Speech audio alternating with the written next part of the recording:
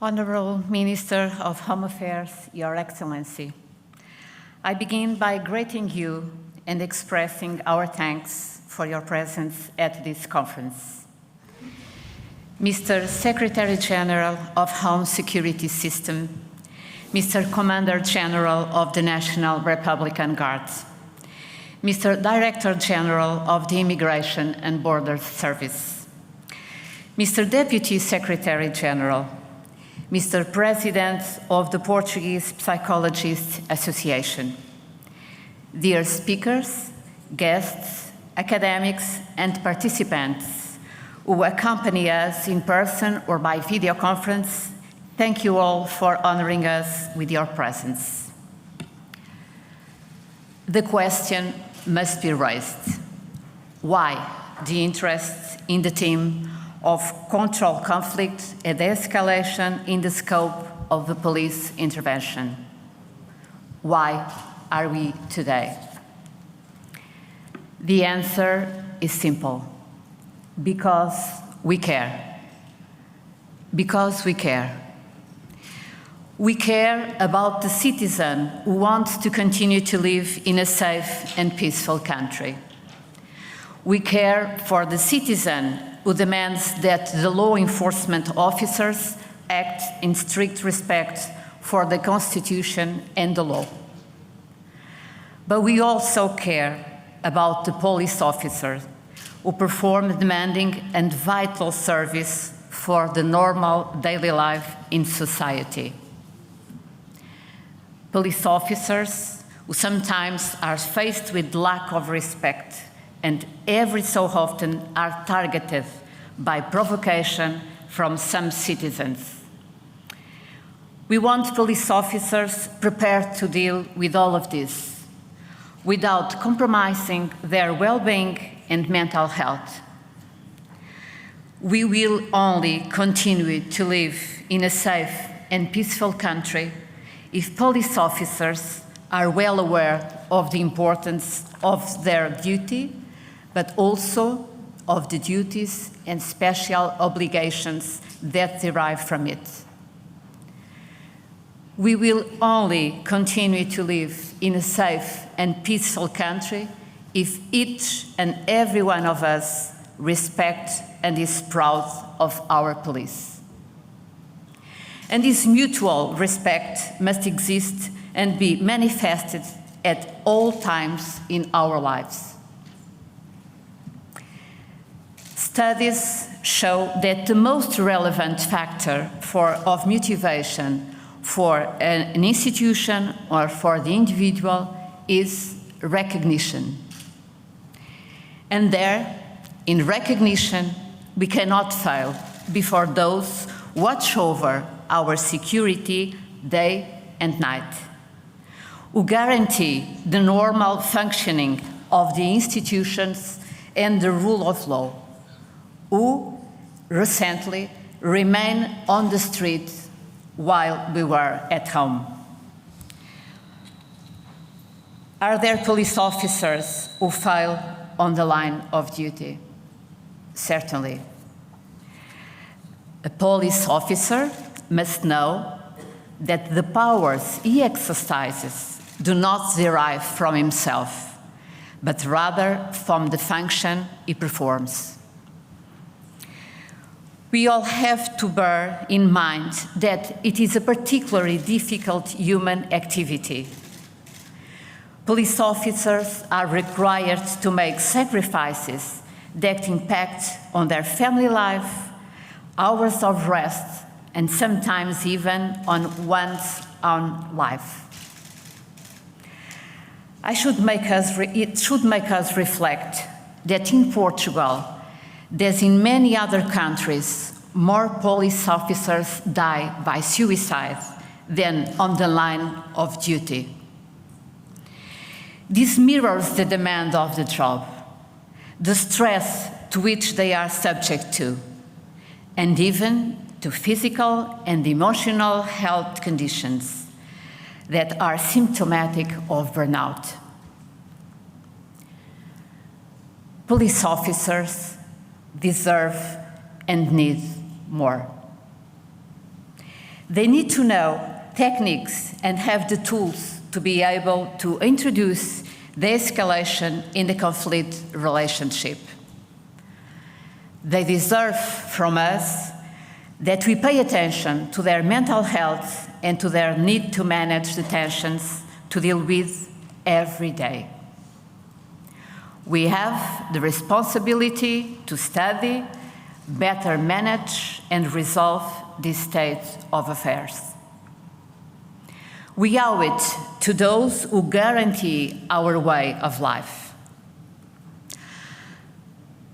All state activity must be subject to scrutiny. Therefore, we have the right to demand responsibility from the police officers, but we also have the duty to respect them. It is for the citizen and it is for the police office that we care. It is for the citizen and it is for the police officer that we are here. I hope that today we start a joint effort as well as a cooperative work that promotes further service, further quality of police service, and the fair recognition of the community, and that no one and no institution is left out. To conclude, I would like to express, as Inspector General of Home Affairs, the respect, consideration, and recognition to those who serve in the security forces and service so deserve. Thank you very much.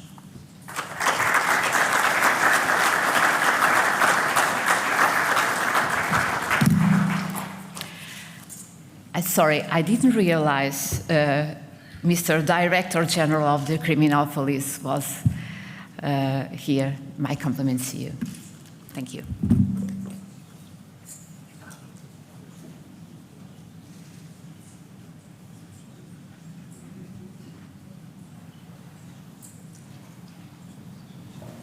The Minister of Home Affairs, José Luís Carneiro, will now take the floor.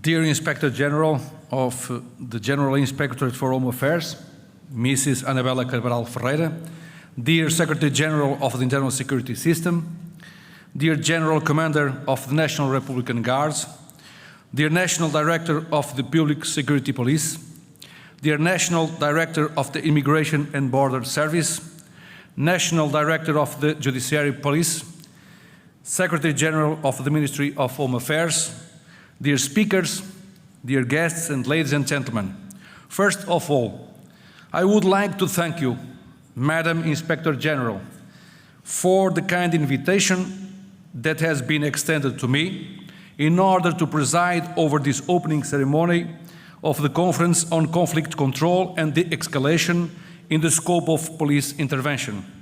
This is a very important topic for discussion and calls for an in-depth analysis from different angles and perspectives. One of the most relevant functions of the democratic state is the right to exercise the use of force through legal means in order to assure the respect and compliance with the rule of the law.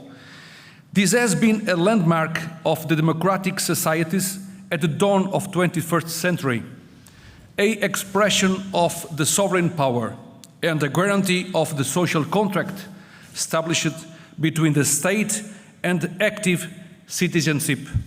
It is important to emphasize the use of the legitimate law enforcement means by police officers while neutralizing or minimizing a threat in situations of escalation of conflict with varying degrees of violence requires a rational and operational evaluation of the problem.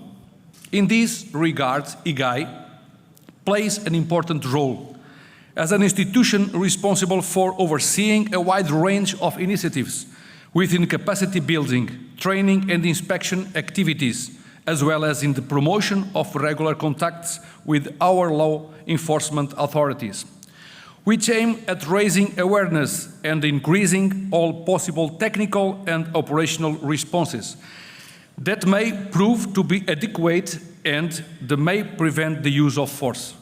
Indeed, one of the accomplishments of this conference, in particular within conflict de-escalation, is to identify the various methods applied not only in Portugal, but also in other countries, when avoiding a specific situation in a minor conflict may easily originate into a serious crime. We are all very much aware in the acuteness and complexity of the parameters to be established in order to prevent conflict escalation, especially in the process of the escalation, but it is only fair to recall that Portugal is amongst the countries where, according to all available data, the overall citizens consider the police forces as amongst the most trustworthy elements in society.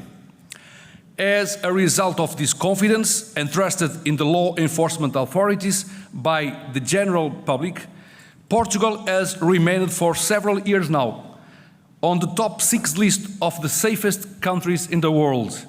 The conference that you, Madam Inspector General, are holding today contributes to this end by means of gathering national and international experts which have an active voice and significant experiences to be shared in this regard. The discussions to be held today will, therefore, I am most certain, contribute to a better understanding and knowledge of conflict prevention, crisis management, and conflict de-escalation, serving as a promoter for the actions developed on the daily basis by all national authorities acting as law enforcement bodies responsible for applying the law within its territory and borders. Madam Inspector General, ladies and gentlemen, allow me to underline the successful organization of this international conference, to thank you again for this kind invitation and to emphasize the Portuguese government's willingness and firm conviction of the importance of our daily efforts in order to improve our national, European and international initiatives for a safer world and for our common values. Thank you once again for your kind attention. Good work. Thank you.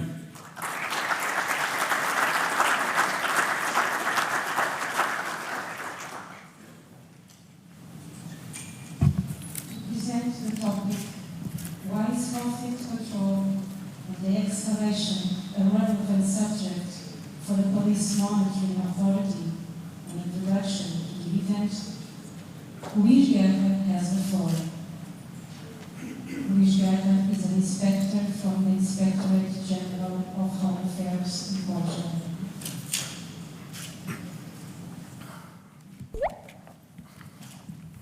Good morning. The Inspectorate General of Home Affairs, IGAI, is a governmental institution aiming to supervise and monitor the activity of organizations under the Portuguese Ministry of Home Affairs. It focuses especially, but not exclusively, in monitoring the activity of law enforcement agencies, enforcing the compliance with the law and regulations, and improvement of procedures through recommendations essentially targeting the safeguarding of human rights.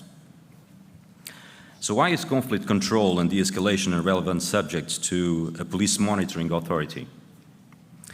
Through the contents and results of disciplinary inquiries conducted by IGAI, the analysis of law enforcement standard operating procedures and training curricula, as during inspections and monitoring operations, we've realized that the use of techniques to deflate aggressive behavior, aggressive conduct, and conflicts are not sufficiently considered or effectively implemented in the Portuguese law enforcement agencies. In fact, it is common for police trainees to be taught how to act or react in the case of an escalation of violence, how to defend themselves and others, how to use force in compliance with rules and regulations, how to lawfully perform restraints and arrests, when, how, and where to discharge their firearms, electric weapons, tear gas, or use batons. But little is taught on how to avoid all these things, not allowing events to degrade to the point of no return. An analysis of the law brings us to the very same conclusion. The law classifies the use of coercive force as a last resort, bounded by the principle of absolute necessity, and complying with requirements of adequacy and proportionality. It also demands the previous exhaustion of all other means of obtaining compliance, namely the use of verbal warnings, advice, and instructions. But there's no evidence that the law enforcement education and training include any skill building to respond to such demands. We are prepared for the worst cases, but not have the sufficient procedures in place to avoid getting there. We've also realized that several disciplinary inquiries and disciplinary penalties imposed to law enforcement agents could have been avoided by simply applying such techniques. In 1956, Charles Reed would publish a book called A New History of the Police. In this book, Mr. Reed referred to some principles collected from the police orders of 1829 to 1830 of the Metropolitan Police of London. These principles later became known as Sir Robert Peel's Policing Principles, or simply the 9 Principles of Policing. There are 4 core ideas that can be collected from the 9 principles. 1, the fundamental goal of the police is not to apprehend criminals, but instead to prevent crime. Stopping crime before it happens will save society from the need to suppress rights by prosecuting and punishing individuals. 2, the key to preventing crime is public support, and public support is guaranteed by high levels of trust in the police. 3, the police earns public support by building its reputation on the impartial enforcement of the law, and by using force only as a last resort. And 4, the levels of public trust and support are drastically reduced by the systematic resorting to force. Principle 4 clearly states, to recognize always that the extent to which the cooperation of the public can be secure diminishes proportionately the necessity of use of physical force. According to Principle 6, police are bound to use physical force only when the exercise of persuasion, advice, and warning is found to be insufficient to obtain public cooperation to an extent necessary to secure the observance of law or to restore order, and to use only the minimum degree of physical force which is necessary in any particular case for achieving a police objective. Although collected from the early days of modern policing, the 9 principles gather the fundamental ideas of police ethics in democratic states and are perfectly actual as today. More so, without addressing human rights in a theoretical point of view, they reflect the practical boundaries of the relation between the police and the public, which allow the respect and the protection of those same rights. The realization of human rights is better achieved through the development and application of good practices, sound procedures, and systematic review of deportment standards. In democracy, police activity is highly scrutinized, not only by institutions, but also by the media and the public. The widespread of personal media technology has substantially increased the exposure and focus of the exercise of state's authority. Any episode of police coercion, whether justified or not, is easily conveyed to a large public, subjected to analysis and opinions, and used for, or most likely, against the law enforcement agencies. Controversy often triggers discussions on how aware of human rights are police officers. It's also common that the solution for such complicacy is a political announcement for further training in human rights. However, although basic to any police education program, more theoretical human rights training does not seem to be a sufficient means to solve such problems. All modern police officers become aware of the fundamentals of human rights on the early stage of their training and throughout their careers. They apply the law in every aspect of their job, and they are subject to tight organizational, institutional, and legal controls. In short, human rights training is an imperative requisite of policing, but human rights are better protected through systematically enforced procedures. Hence the importance of promoting research, learning, training, testing, application, and assessing de-escalation techniques. De-escalation techniques are not sufficiently studied, especially in the context of law enforcement. In other fields, such as in the work of mental health professionals, most research has concluded that such training has little practical effect on the behavior of violent patients, but constitutes added value on the confidence and self-esteem of the professionals. We do have to assess the effectiveness of such techniques based not only on the ways they are applied, but also the circumstances and the level of engagement and cooperation of all subjects involved. If, in the case of mental health professionals and patients, levels of aggressive behavior are not sufficiently lowered because people are distressed or alienated from reality, law enforcement professionals can face similar challenges, but more. It's not uncommon that police officers are defied by the unwillingness of the public or even the intent of some people or groups to provoke confrontation with the authorities. We are obviously aware, and we must recognize the difficulties of contemporary policing and the fact that de-escalation techniques might have limitations. But having said all this, we believe that it's still important to fill in the chasm and improve the capabilities of law enforcement professionals in this matter for several reasons. As said before, there's evidence that, one, the professionals' trust on their own conflict management skills improves their confidence and self-esteem. Two, the successful control of otherwise violent occurrences grants officers with a feeling of fulfillment that improves their disposition. Three, there's strong chance that conflict and violence will be avoided, and the events will resume without the need to use coercive measures. Four, there are potential benefits as to preventing crime and disorder and increasing public trust, as well as organizational prestige. Five, disciplinary and criminal lawsuits against law enforcement agents are less likely to occur. And six, human rights are better protected if sound procedures are in place and are followed. These are the 6 reasons justifying the interest of IGAI in organizing this international conference and having you all here. Today, we gather a luxurious panel of speakers, experts in psychology, negotiation, training and education, as well as experienced police operatives. We are today granted the opportunity to learn, question, and discuss the subject of de-escalation in policing and reflect the needs of our organizations, aiming to improve the quality of our interactions with the public, increasing our value and our acceptance in the community. We ask you to let yourselves be provoked today, apply all your reasoning and critical thought, address the speakers, and extract all that you need from today's presentations. I'm sure we will gain from today's event.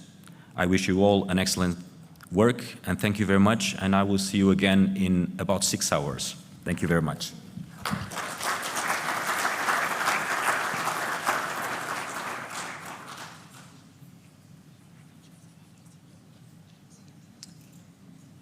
To present the topic, the consequences of police work on law enforcement officers, risk factors and protective factors for psychological and physical health, Lúcia Pais has the floor.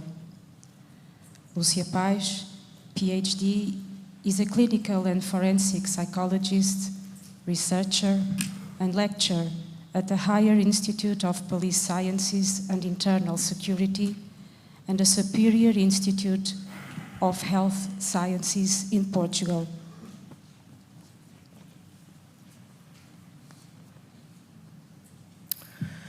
Good morning, everybody. My name is Lucia Pais, as said before.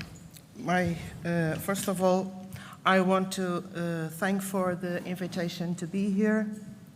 I'm honored, of course, with your invitation. I'm going to talk about the consequences of the police work on police officers in the Portuguese public security police. And why is this important? Because, as Madam Inspector General told us earlier, we care.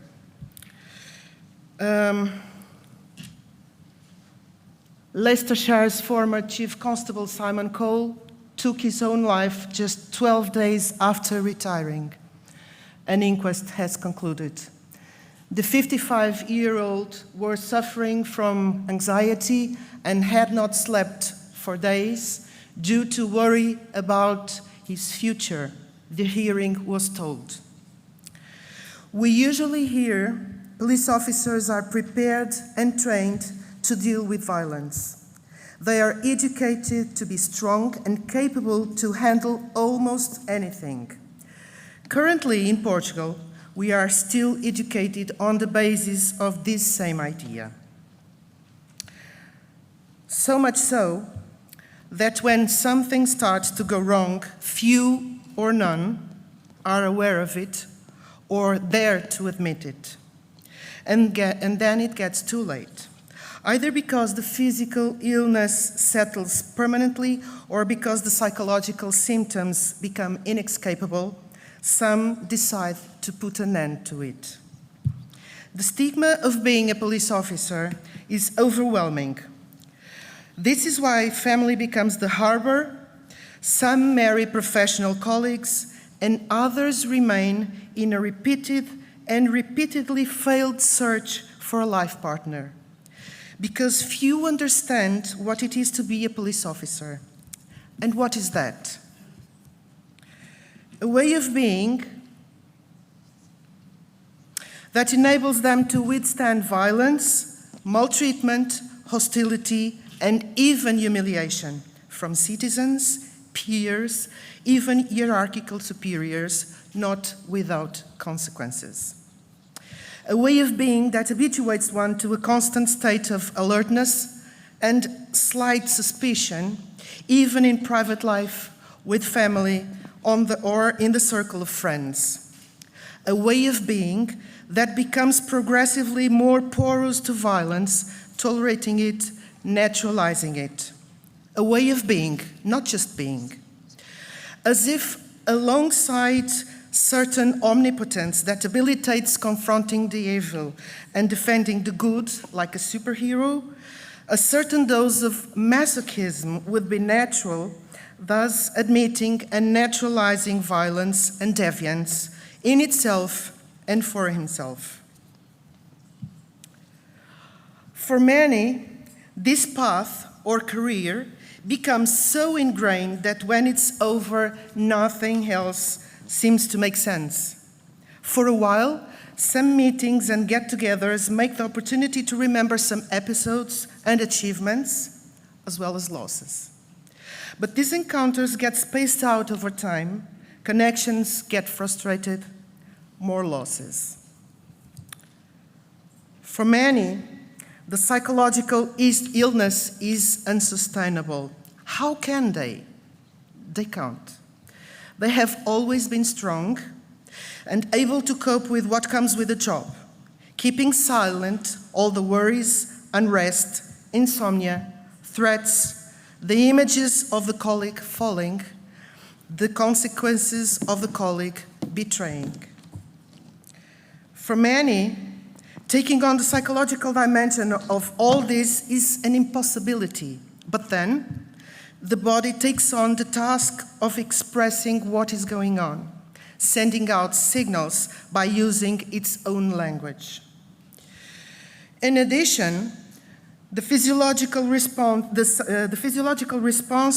to the constant stress of the profession ends up making itself felt and causing damage, which over time takes the form of a physical illness, which, yes, is all the more tolerable the further away from the mind it appears. We believe that long before clear and visible symptoms appear, long before one can make a clinical diagnosis, police officers and all first-line responders suffer from invisible or slight signs that usually are diminished by themselves, their peers and superiors, and even medical doctors. This is so true that nowadays specialized professionals are addressing the issue of psychological injuries in police operatives. Besides, when sometimes the symptoms burst, it is already too late to intervene. The usual course of events involves increasing absenteeism and sick leave, loss of income and productivity, resulting in heavy spending by the state. What I am going to present now is a study with the first results of in-depth research interviews with police officers from the Portuguese Public Security Police. And they make us think. We have developed a qualitative approach. The interviews were semi-structured so that the interviewees could freely express and respond to the provocative questions. Which consequences of police work do you face in your personal life?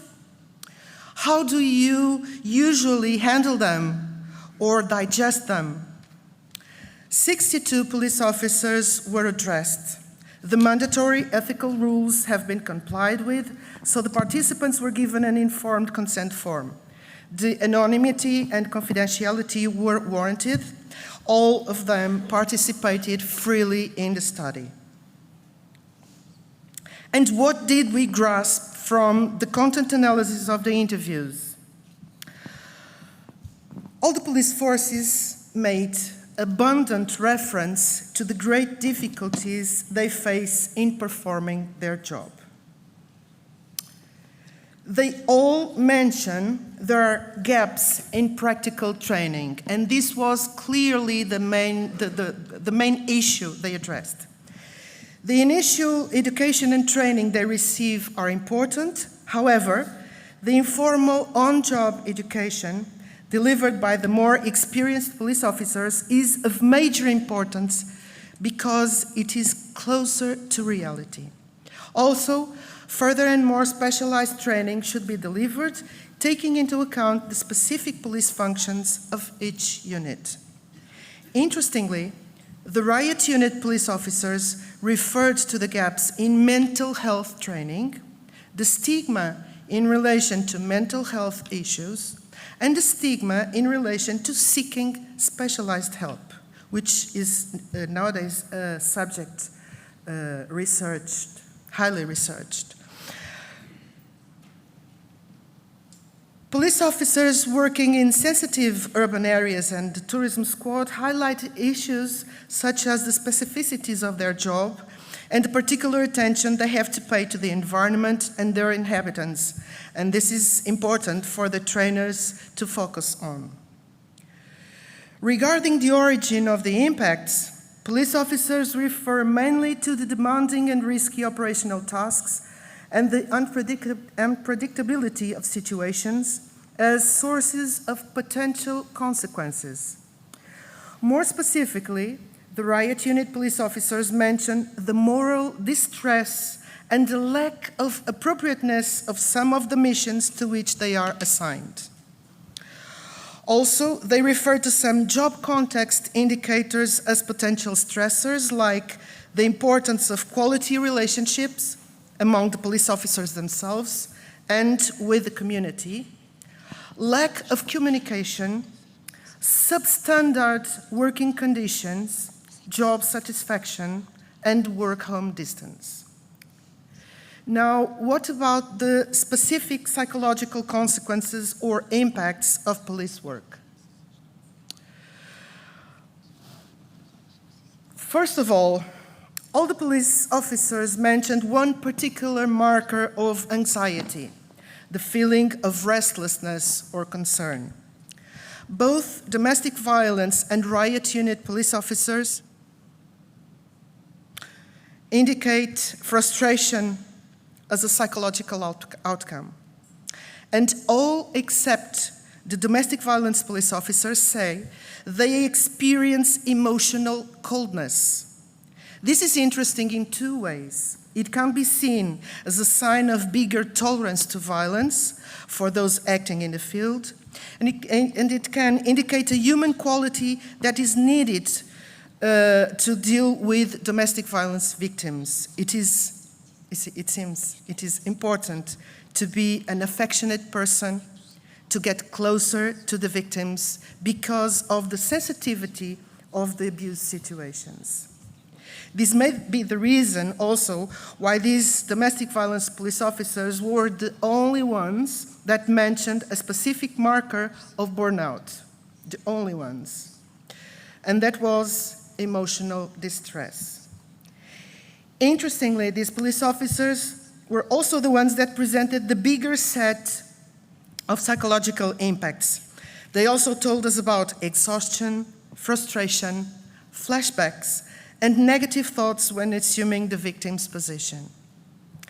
On the other hand, the police officers that spend most of the time in the field refer to as feeling in constant hypervigilance, a marker of primary trauma.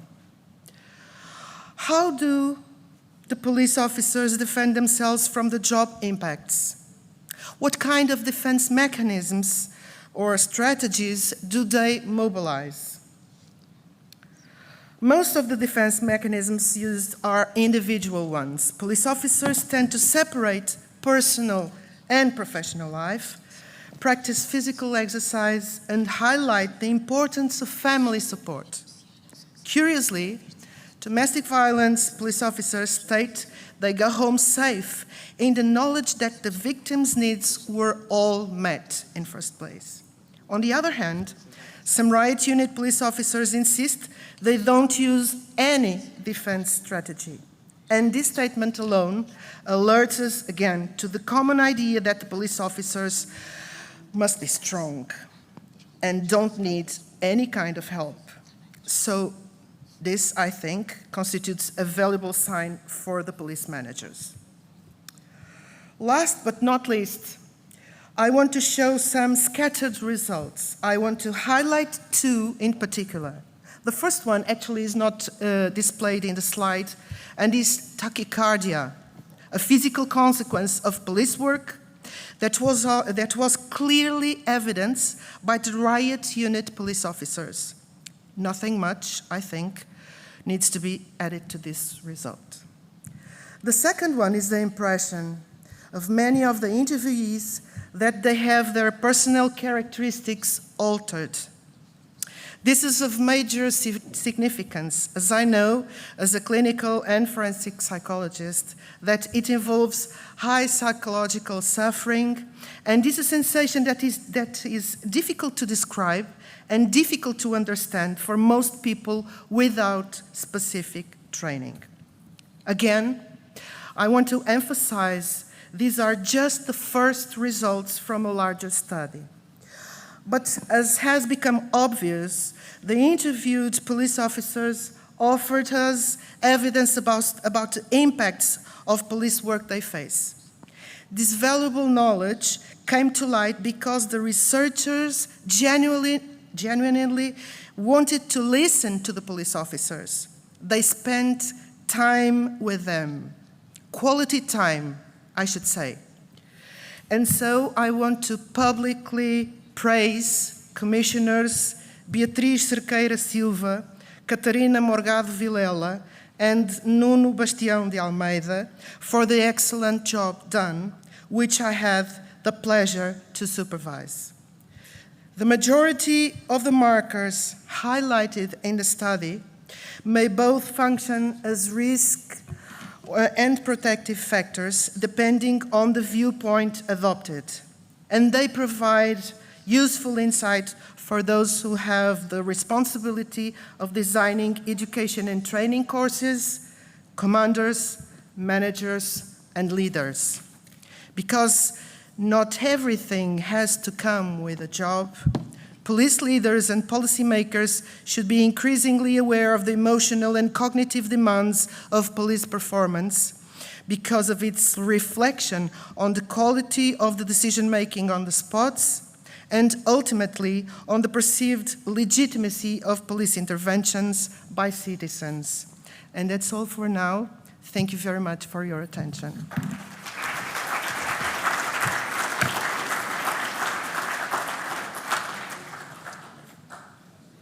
The topic, Real Resilience for Police, will be presented online by Jeff Thompson. Jeff Thompson, PhD, is an adjunct associate research scientist in the psychiatry department at Columbia University Medical Center, New York State Psychiatric Institute.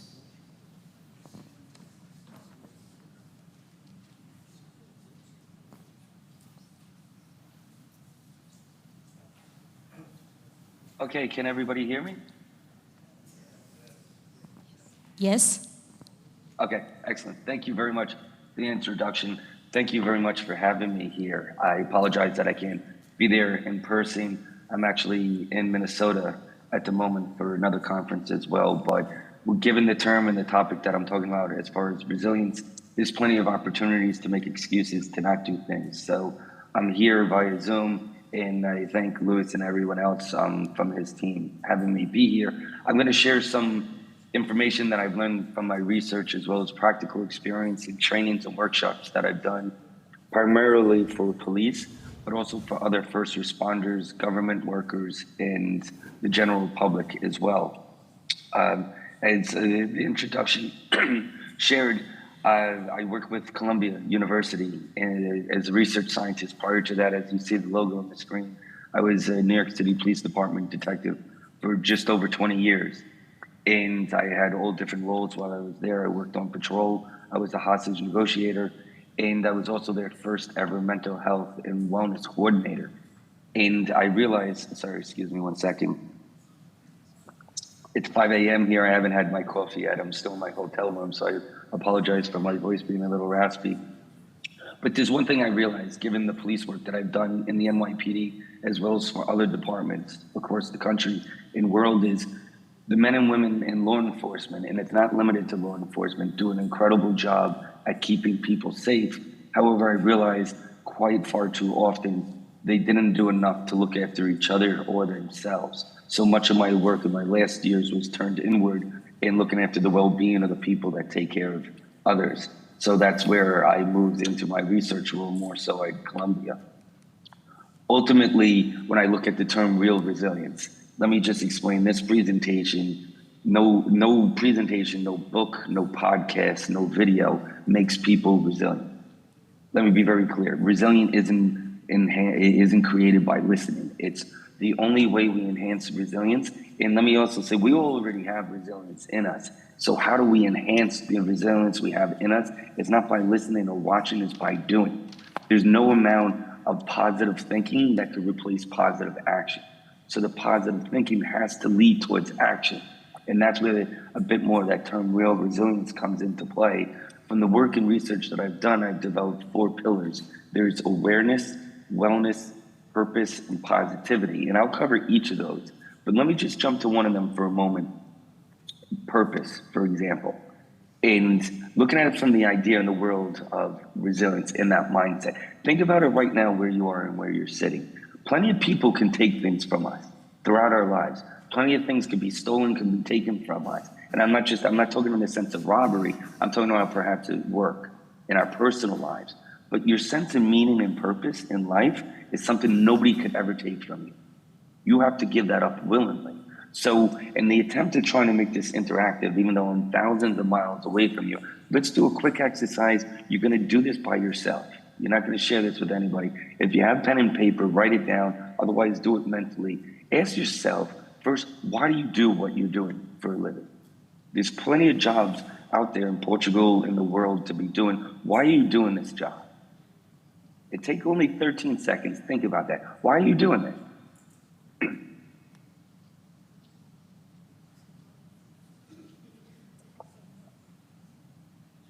Then the next question, again, if you have pen and paper and if you feel like writing it down, do so, otherwise do it mentally. Write down your 3 strongest qualities that make you good at what you do for a living. Your 3 strongest qualities. And as you're thinking of writing them down, even if you're thinking, hey, should I even write this down first of all? Yeah, do it. Because everything I'm sharing with you is based on research too. And when we talk about real resilience, there's no some secret pie in the sky practice that all of a sudden will make you resilient. It's continual practice, but it's also doing the little things. So by those 3 words that you wrote down, sure, it's great having other people compliment you for what you do well, but the number 1 person supporting you should be yourself.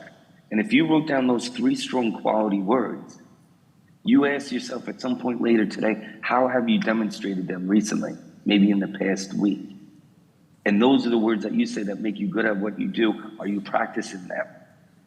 So moving along also, ultimately, like I already said, real resilience shows it's not by listening or reading or watching, it's by doing things. So a lot of the work that I do in neuroscience is the idea of how do we nudge people to do these practices that are evidence-based, but also the practices have to be practical that people will actually do.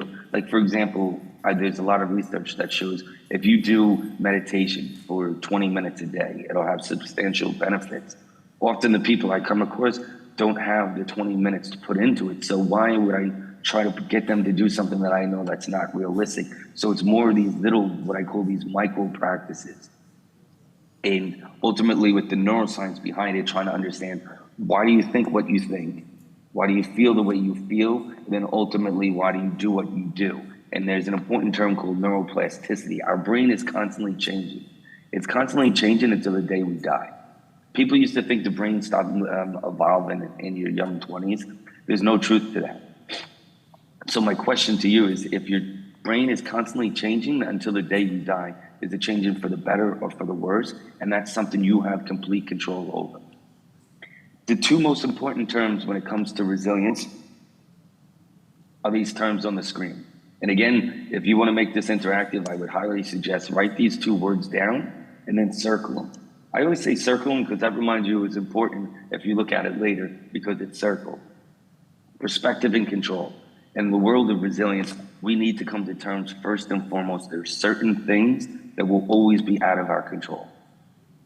No matter who we are, no matter what we do for a living. And this goes for not just work, but also in our personal lives. Because sometimes, and especially for some of you there in the room, if you have pretty powerful, high-level jobs, that would mean the most likely you're pretty good at your work and you have really good control over situations, especially for any police in the room as well. And again, not limited to police. But what happens, unfortunately, with the non-resilient mindset is when things in your personal life start to fall out of control, you have a really hard time handling it. But now when you add that word perspective, if I emphasize there's certain things that will always be out of your control, with a resilient mindset, with a resilient perspective, there is always something you're in control of. And what is that? Yourself. And then when you add a bit of the neuroscience and psychology behind that, what do I mean when you're in control of yourself, no matter the situation, your thoughts, your feelings, your behavior / your action. And that should be reassuring to you no matter what goes on, you can handle you. You see in this background, a lot of the times on my slides, you see there's these bricks. And I like using the metaphor of these bricks because let's also talk about real resilience. Life is hard. Life is not meant to be easy. There are stresses that we experience every single day. So the question becomes, if that's guaranteed to experience stresses throughout life, both in our work and our personal lives, it becomes, what do you do with them? How do you cope and handle them in a positive way? And with that screen that you look at, imagine each of those bricks that are there. Each of those bricks, imagine each of them is a stressful moment that you experience. And if you're not coping and handling it in a positive way, imagine that brick is invisible. And you take each of those bricks when you don't cope in a good, positive way, you take that invisible brick and you put it in an invisible backpack that you're wearing. And imagine each stressful moment after moment when you don't handle it positive, you throw that brick after brick in that backpack and you carry that around 24 hours, 7 days a week. Regardless of how strong you think you are in that room, that's not possible to continue if you don't cope in a positive way. So I say, don't ignore those bricks. Don't ignore those bricks because they exist, those stressors exist. How about each time you cope in a positive way, instead of carrying around that brick in your backpack, you lay it in front of you and you build a pathway forward to show that it is manageable, that you are looking after yourself. But here's the thing, and again, you look around the room, you're not just building that pathway for yourself, you're showing others around you, yes, life is tough at times, but here's what you're doing to manage and cope in a positive way. And that's where I think the strength is in real resilience. It starts off with you as the personal individual, but it doesn't stop there. It's collective. And you think of the agency or the organization you work in. How are you promoting resilience? Regardless of your title and rank, how you promote it, how about step one is practicing it yourself? Because I think it is the worst excuse for anybody to ever say, I don't have time. I have all these other commitments. At work, I'm in charge of all this. At home, I'm in charge of all this. That's a bunch of rubbish. That's making excuses. That's a non-resilient mindset. It's making time for yourself. Moving along, there's two really important terms. The resilience, the first is called acceptance. The next one's called agency. Acceptance is what I just mentioned before. It's acknowledging that we will experience tough moments in life, but as I said before, it's not sticking your head in the sand or just saying, oh, well, life is terrible, life is awful, because importantly connected to that is the other term called agency. Dr. Rick Hansen, another resilience researcher and expert, he describes agency as be the hammer, not the nail. Be the hammer, not the nail. And what do I mean by that? And what does he mean by that? Stop complaining. Stop making excuses about everything wrong going on in your life. Do what you can to fix it. The things you can't fix, figure out how to handle it, and then move on from that. Because the non-resilient person, or what I call, and I apologize, maybe it's the New Yorker in me or my accent. By the way, I hope you guys are understanding my New York accent. But be the hammer, not the nail. What does that mean? Take control of the stuff. Because the non-resilient person, I call them, they're the losers. And I'm not trying to say that to be funny or silly or not. They're the losers because all they do is complain about all the bad things in their life, and they don't do anything to try to fix it. The brain likes thinking it's in control. So in those situations, when you control whatever it is you can, even if what's going on around you is out of control. And this is where, let me pause for a moment. Keep it simple. Sometimes during these stressful moments, it's just simply making sure you eat something. Or you have a drink, you drink your water. As silly, as stupid as it sounds, that's what resilience is, because you're not just doing it, you're telling yourself, there's stuff going on out of my control. I'm doing this to control what I can. And it's those little things that pile on and add up. And it's truly very important. There's some positive aspects to the work we do, too. So here's the other key thing. And these are just some things that I've heard in other presentations. For police officers, I have asked them, what are the positive things in their work? Because often when you hear the definition of resilience, people will say it's bouncing back from tough situations. Absolutely. But resilience isn't just always focusing on the negative or when those negative moments arise. And let me be also clear, there's a second part to the definition of resilience. It's not only just bouncing back from those tough moments, it's also reaching out for help when you need it. And again, the police example I would use is for a police officer going through a tough moment out on the street and they need to call for backup. Let's say they're trying to arrest somebody and they can't do it themselves. You'll call for backup, more police officers to come. It should be no different in your personal life if you're going through a struggle. And this is where, let me be 100% serious. I see there's a lot of people in that room. Odds are there's a few people in there going through something tough. And my message to you is A, you're resilient, but also B, don't take it on by yourself. And to everybody in the room, also realize if you're doing well right now, first of all, that's awesome. Congratulations. But just realize you don't know people. Even if you're sitting next to a workmate or a friend, you don't necessarily know what people is going through. So real resilience starts off yet again with the individual level, but then how about on the cultural level?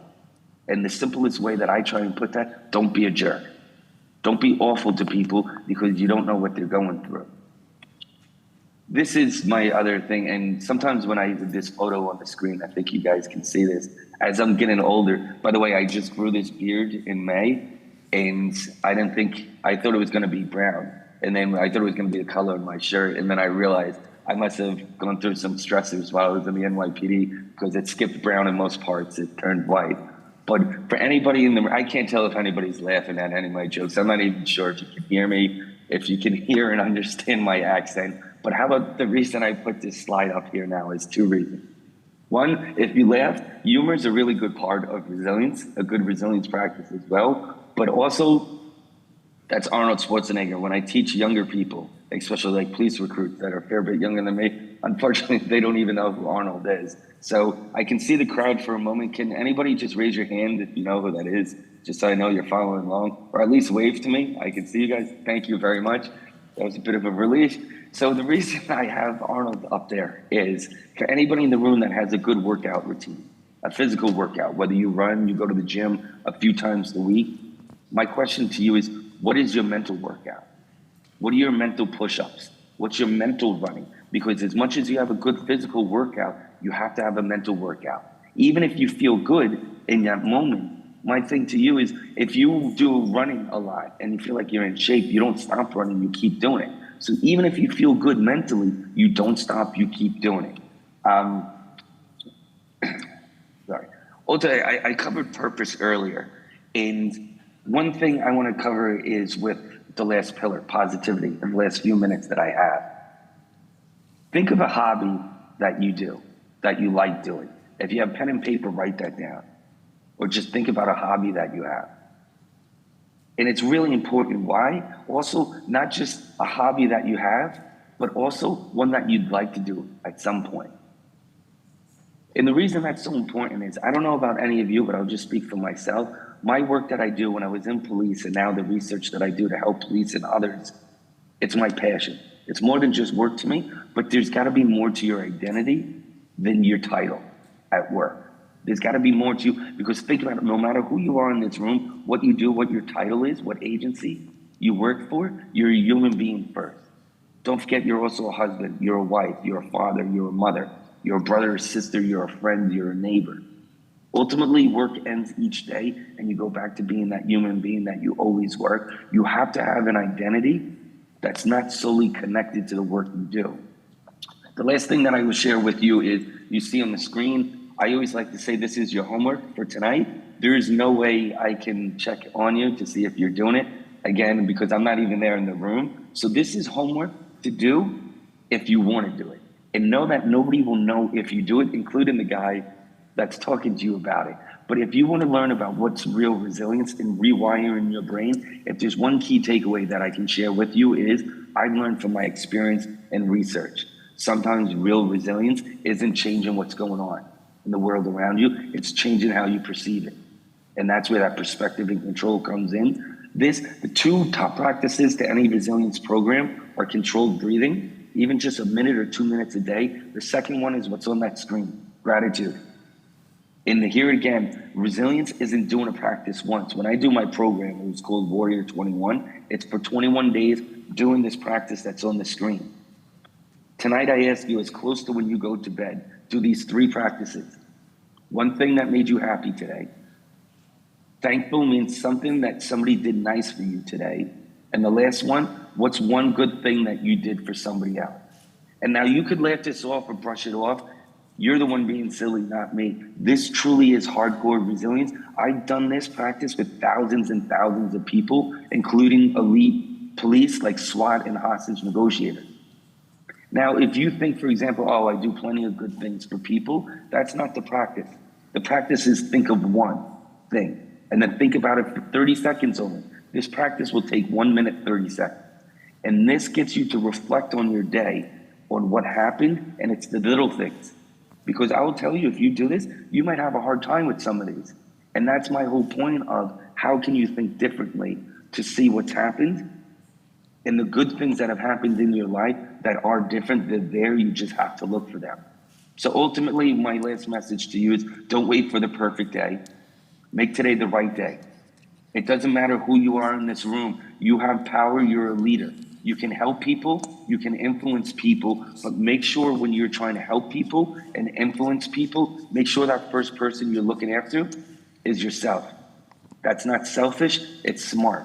And for me, that's what real resilience is. I genuinely greatly appreciate the time to be able to share this with all of you. And thank you so much.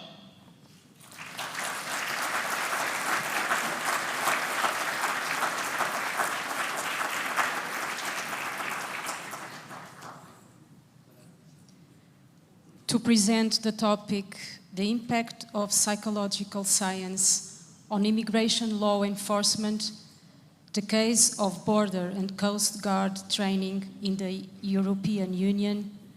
Paulo Marques has the floor. Paulo Marques is an inspector of the Foreigners and Borders Service with training in clinical and forensic psychology. Hello, good morning, everyone. So I would like to express my gratitude to the organization and to the audience, also to the other panelists. Thank you so much for being here. So I will talk as a clinical and forensic psychologist. I'm on the Immigration and Border Service. I'm a trainer in this unit on our training course, but I will talk as a psychologist, and now I want to bring psychology to our training. Okay. So the topic I'm going to talk about is about the impact of psychology in the training of border officers. So I will make my introduction. I will talk about the Common Core Curriculum. I will talk about the different topics we cover on our training, and then I will move forward to some recommendations. So, as an introduction, we are all aware that public and police interactions are many times prone to conflict.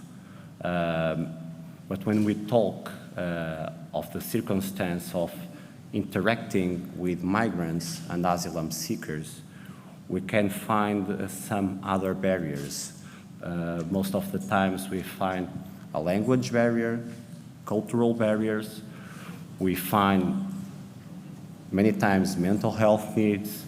So the important topic I want to raise is that if our interaction as border officers is perceived as fair, so our encounter can be able to de-escalate the emotions the migrant and the asylum seekers bring to us.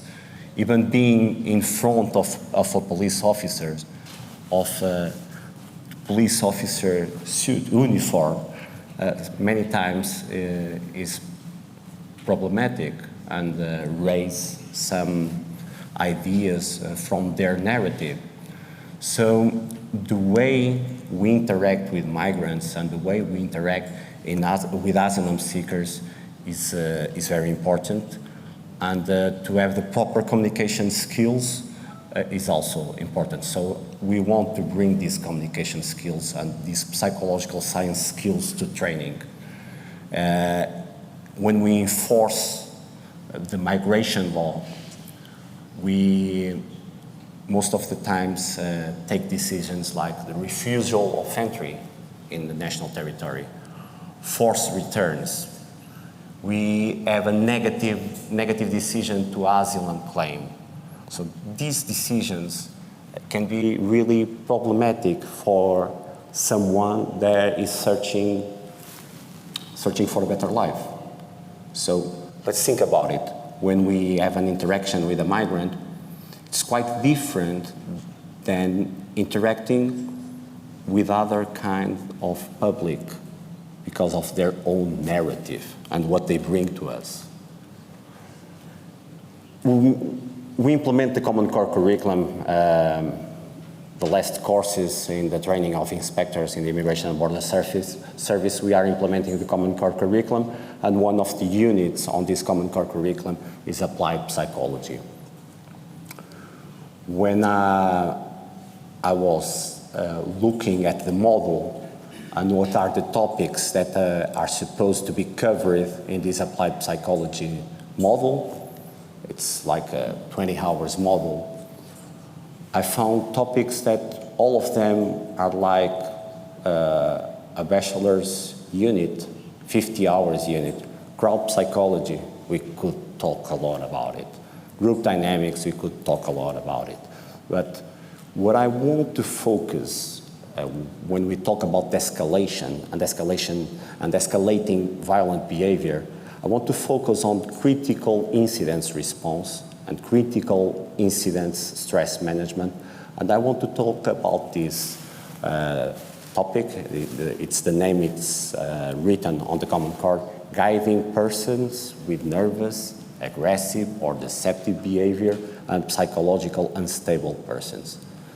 I really like more the last topic, identification of psychologically vulnerable persons. It's quite different. Deceptive behavior, are we assuming that asylum seekers and migrants have a deceptive behavior? So we have a person in front of us that has a narrative with their own problems, and we need the tools to bring that narrative to us and avoiding emotional activation of the person.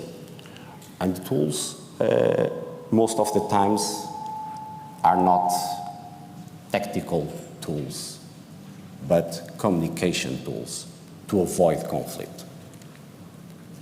What I found that this model, a large part of the workload was focused on crowd psychology. And crowd psychology focused on public order policy. So the interaction with migrants is quite different. We can have crowds at the airport, at the air border. We really can have a crowd over there. And we can have crowds when we are on a deployment in Greece or Italy. But the interaction, the more common interaction is a person interaction on the booth at the airport, on a migrant detention facility, or when I'm providing someone with a decision. So it's more like a dual interaction, the border guard and the person that is in front of him. So I try to focus the model on this interaction. We've developed a new approach focused on bringing the scientific evidence to this curriculum. And for the purposes of the presentation, I will talk about how we approach the stress management and critical incidents response topic on the Common Core, and also how we approach the other topic about guiding persons with nervous, unstable, and aggressive behavior. So in the domain, in the field of stress management and critical incidents response, we brought a psychological first aid model that is being used here in Portugal on our Portuguese Psychologists Association. This model is a very practical one. It's a model that isn't for just psychologists. Any frontline law enforcement officer can acquire these tools. So we explain the model, we explain what is triage, what means to protect, to stabilize, to inform the person, to educate the person. So it's we are talking about procedural justice. The person has a problem, the person has his own narrative, and first of all, I want to stabilize the emotional activation. I want to inform the migrants' rights, which institutions can help him. I want to connect him with these institutions to provide information where he can go. So we can see my interaction, my police interaction as legitimate. So we teach that, first of all, we want to reduce the emotional activation of the person before talking with the person. Then in another model that we bring, also a very practical model, very practical tools, is the mental health first aid. Quite different of the psychological first aid. Psychological first aid is more focused on the emotional activation and debriefing. And the mental health first aid is more specific when we find that the person can present any kind of mental health problem.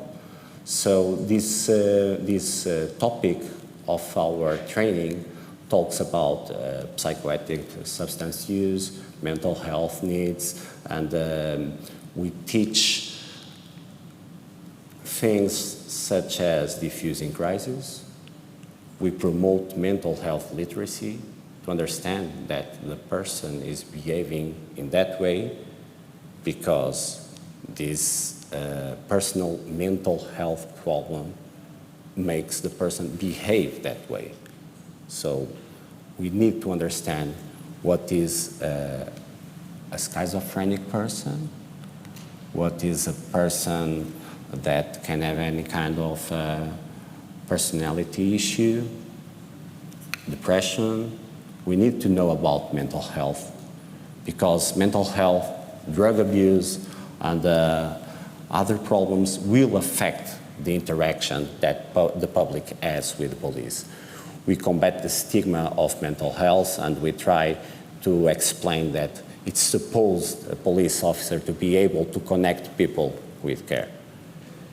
In many kind of procedural acts, in an interview, in the middle of an asylum interview, in the middle of a forced return interview, if I understand that in the narrative the person has a problem that can be solved or that we can help by connecting the person with any kind of institution, then as a police officer, I want to be the kind of police officer that connects the person. You should find help in this NGO. You should find help in this whatever, you know?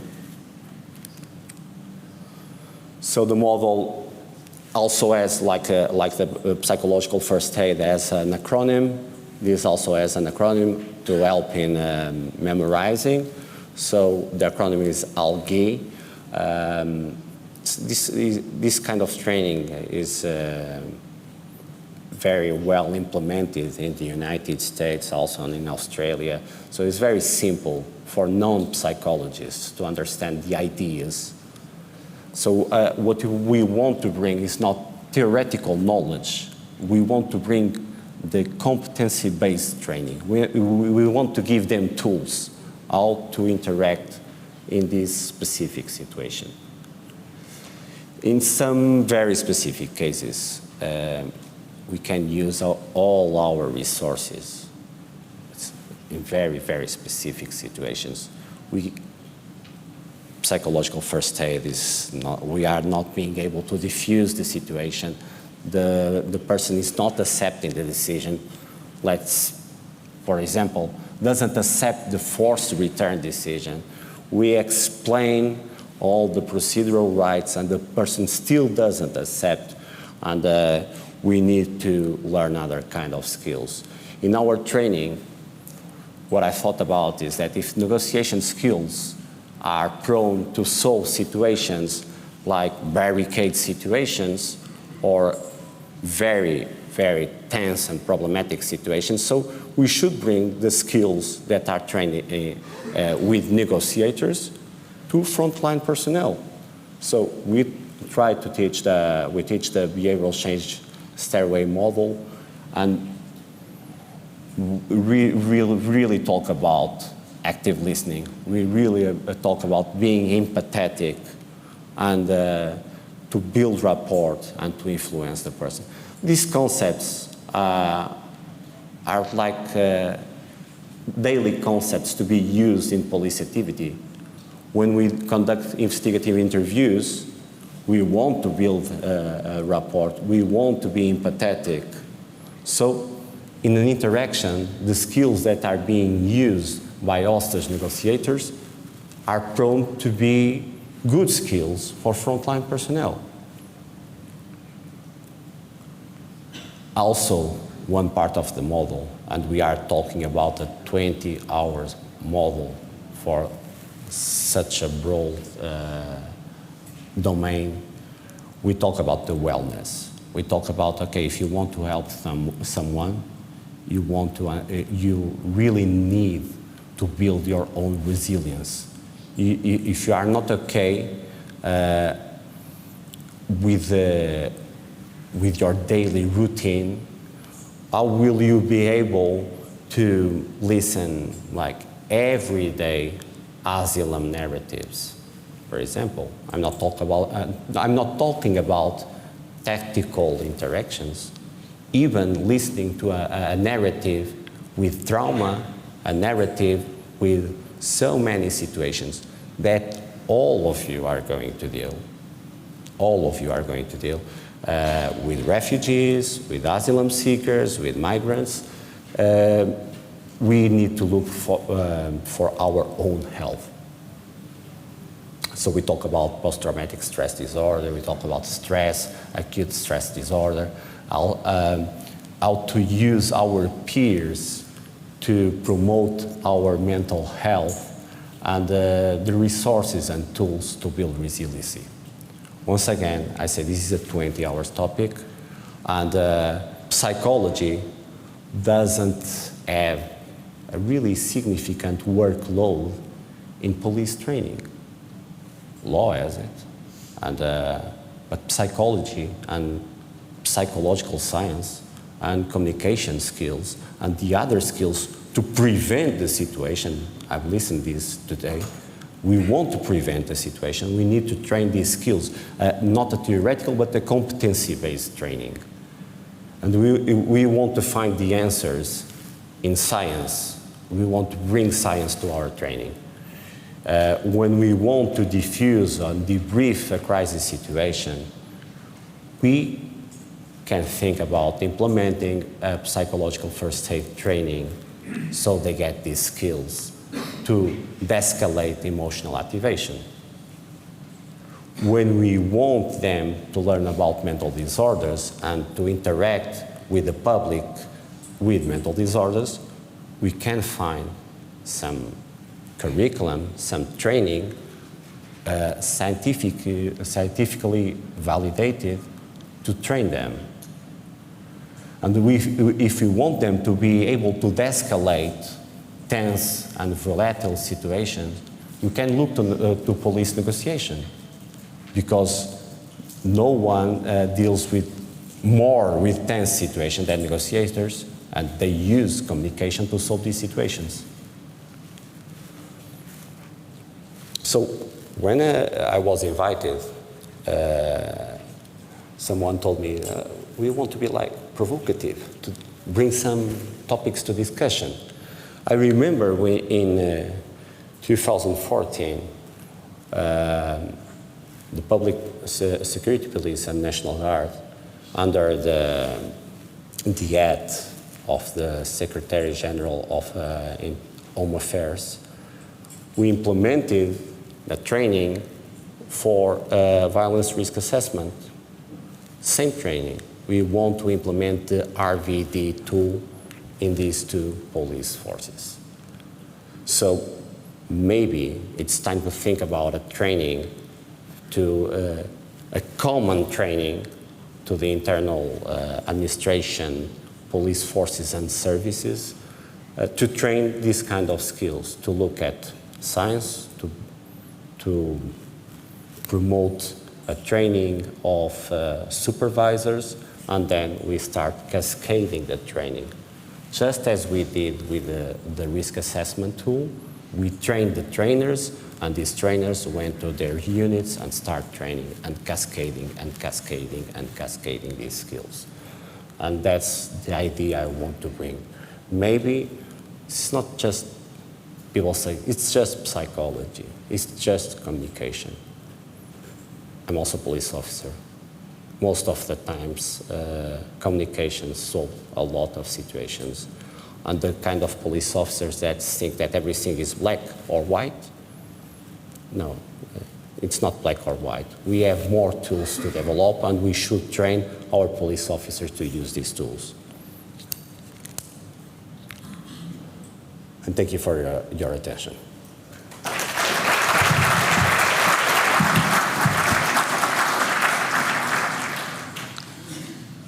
There will now follow a moment for debate, moderated by Carolina Reis.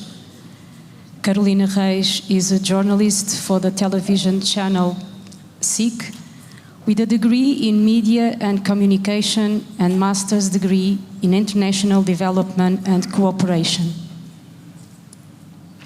morning. Thanks, first of all, thanks for having me, for inviting me. And someone read my resume. Finally, it was useful for something. I will be speaking in English. I would like this to be some sort of relaxed environment, so everyone is invited to talk. Just raise your hand or make me some sort of signal. And I would like also to have some dialogue between the audience, because this was made for you and also with our board, our speakers. As it was very correctly said, I am a journalist. Usually when I interact or when I deal with security forces, it's because something, a problem just happened, a little bit like internal affairs. When I first heard about this conference, when they were talking to me about the conference in the news desk at SIC, I thought just the first thing that came to my mind was that this was going to be a moment for scrutiny. And when I was listening for our first speakers, another word or another expression started to come to my mind as I was listening to the first speakers and the speakers that came after, that it was something also to take care of police officers.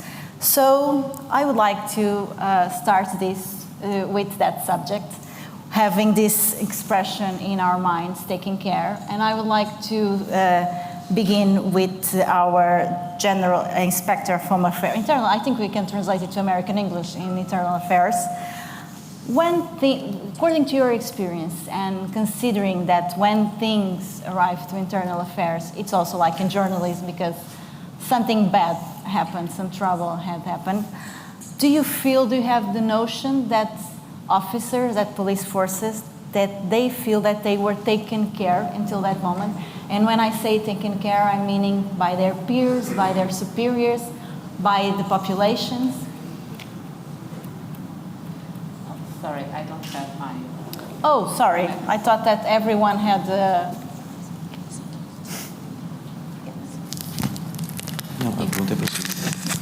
We're going to Luís. Já está ligado. It's easy. Okay. I can. Okay. It's done? Okay, thank you so much. Well,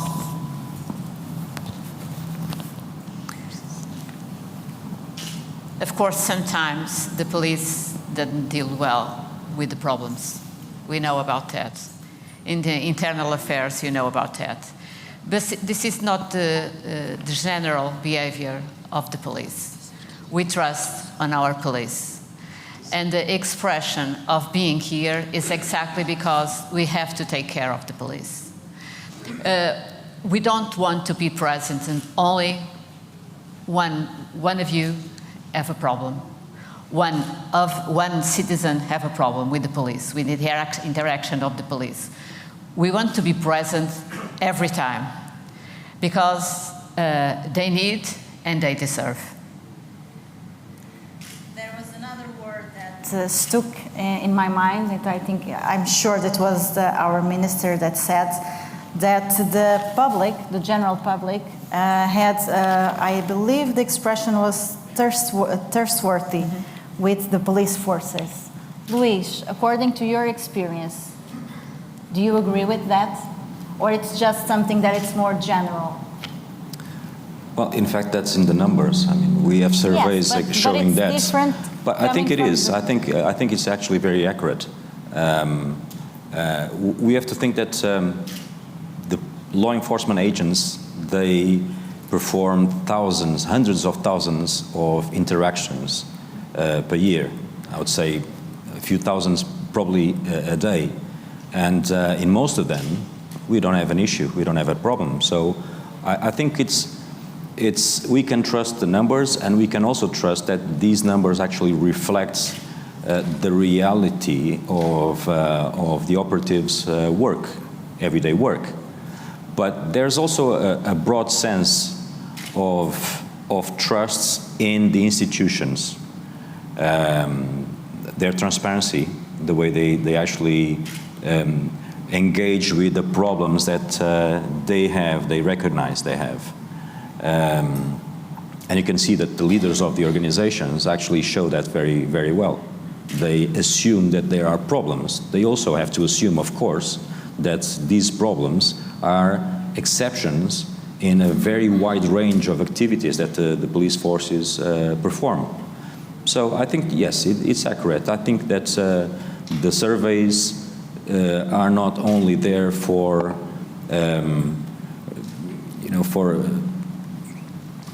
to show, but also they reflect a very accurate reality.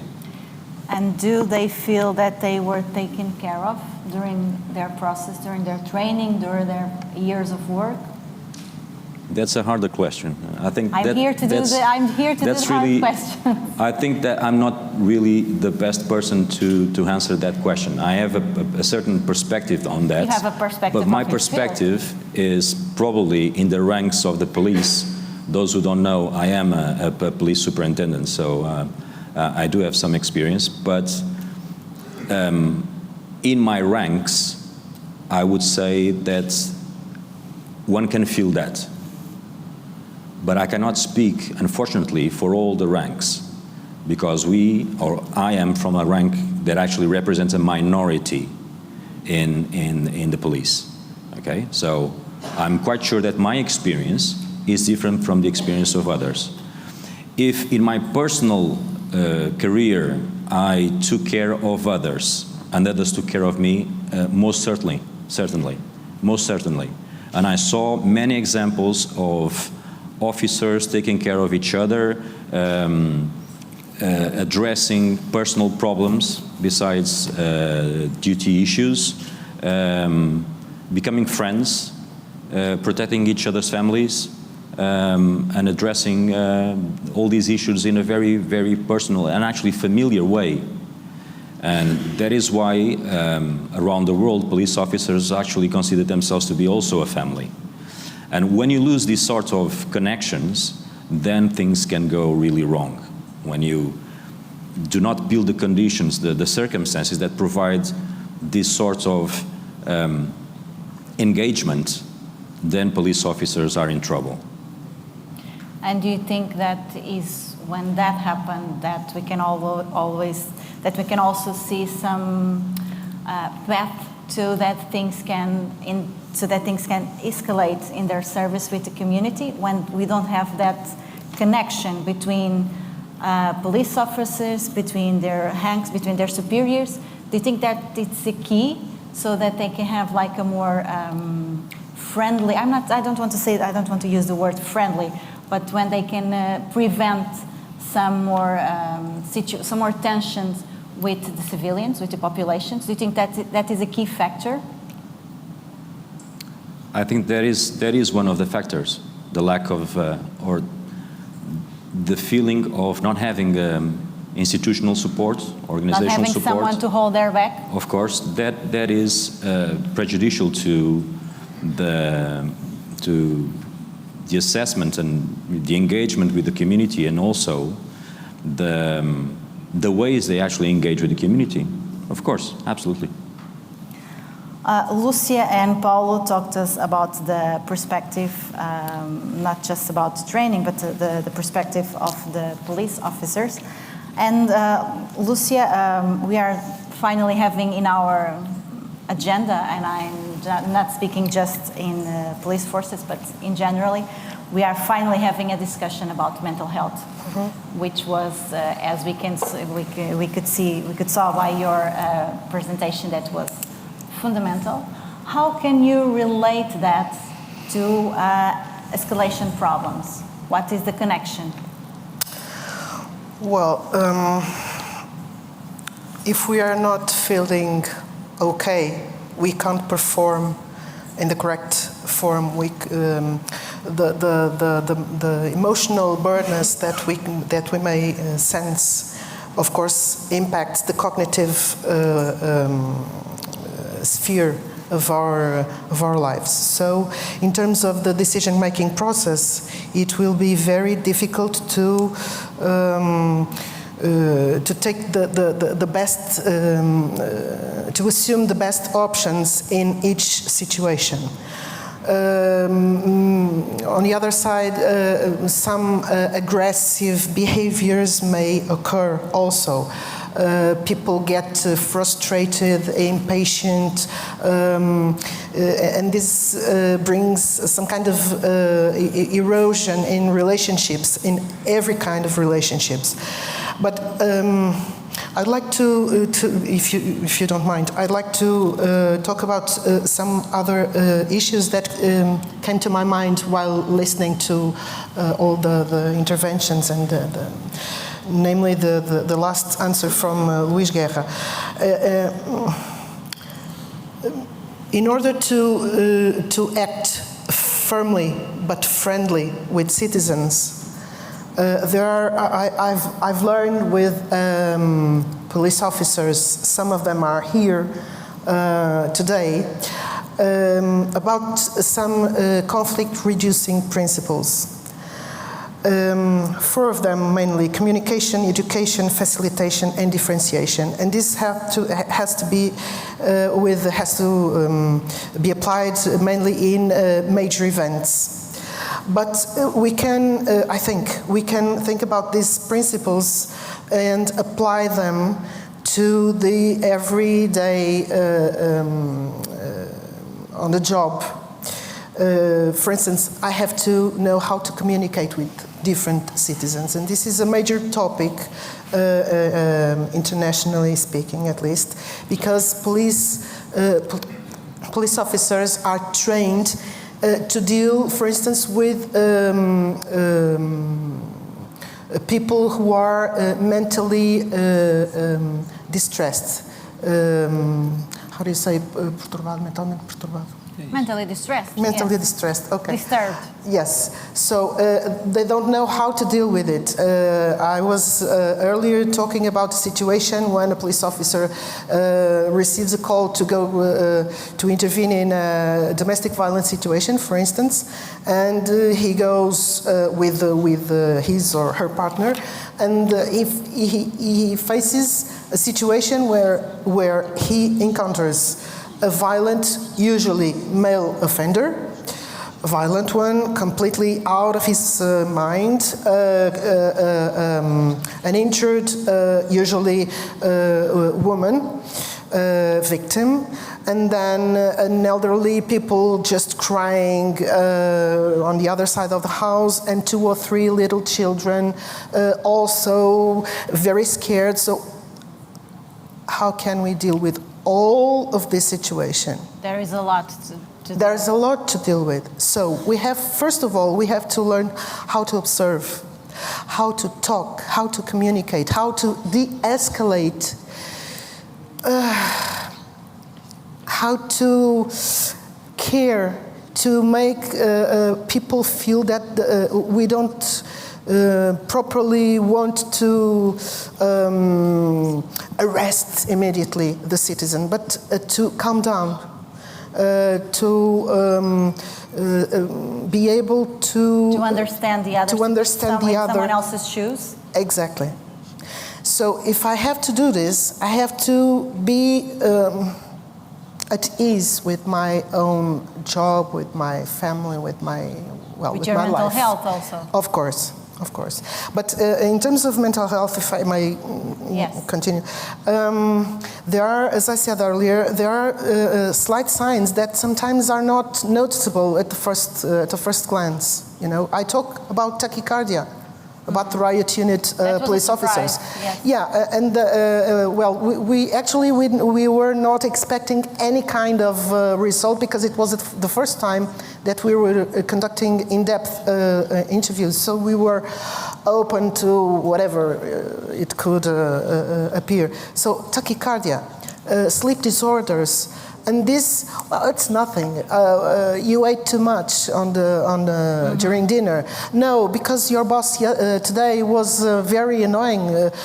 No, because today was raining and I hoped it was a sunny day. And it seems it has nothing to do with the rest. but it has to do with everything, of course. You talk about, you use an expression, I believe that I'm quoting you right, gaps in practical training. I believe it was you that talked about that. Yes. And I think that we can all conclude that there is a need to more training in this issue. I have a question for Paulo. Going from that principle that there is, I think that we can all agree here in this room that there is a need for more practical training in this area. Is just having practical in this area, because for instance in Portugal we are used to seeing when we identify a problem, and I'm just going to give an example with domestic violence. It's normal, the thing that we do is to give more training to judges, to prosecutors. My question is, do you think there is more practical training, or all the training system needs to be changed? I'm not sure if I talk too much. I'm not sure if you understood. I believe that we need to start thinking more and more about competency-based training and not just theoretical training. We want to build skills, and training is quite expensive, and it's not on the hands of the law enforcement agencies to have the proper funds to implement continuing training in so many aspects. Policing covers so many aspects, and training tactical skills can be quite expensive. Ammunition, material, bringing knowledge from experts can be quite expensive because they have their own fees. So the investment needs to come from who superintends the police organizations. We need to look at the training as a very, very important aspect in the initial training and also in the continuing training. And we don't want just to bring theory and books. We need, like, you know, my supervisor used to say, you're a police officer, but police officers always think the same way. But you also like the academy, you're a pre-academic. We need pre-academics. We need people that come from the field, that have the proper knowledge and the proper background, even being a PhD or a master's degree, has the theoretical knowledge, but also knows what's happening on the field, and bring trained police officers to build competencies, to build skills, and sometimes very practical tools to use on a daily basis. Otherwise, it's just theory, and they will read it to have a good grade in their training, and then they leave the book, and they do what they see their colleagues doing. You need continuing and competency-based training, I believe. Do you agree, Lucia? Yes, I was hearing Paulo, and I remembered some research articles I've been studying lately, and they have to have with leadership. And there was an interesting article I read about which was related to the training that U.S. militaries received before and during the training to go to Iraq, and it was written black that it was okay for us to receive that training. It was very, very interesting, but it was only PPT presentation or PowerPoint presentations. So I think here in Portugal we could never write something like that, because we would be misunderstood, of course. However, this is written in a research paper written by American researchers. So I think we have really to change a little bit our mentality, because if we do want to take care of others, we have to have the will to change.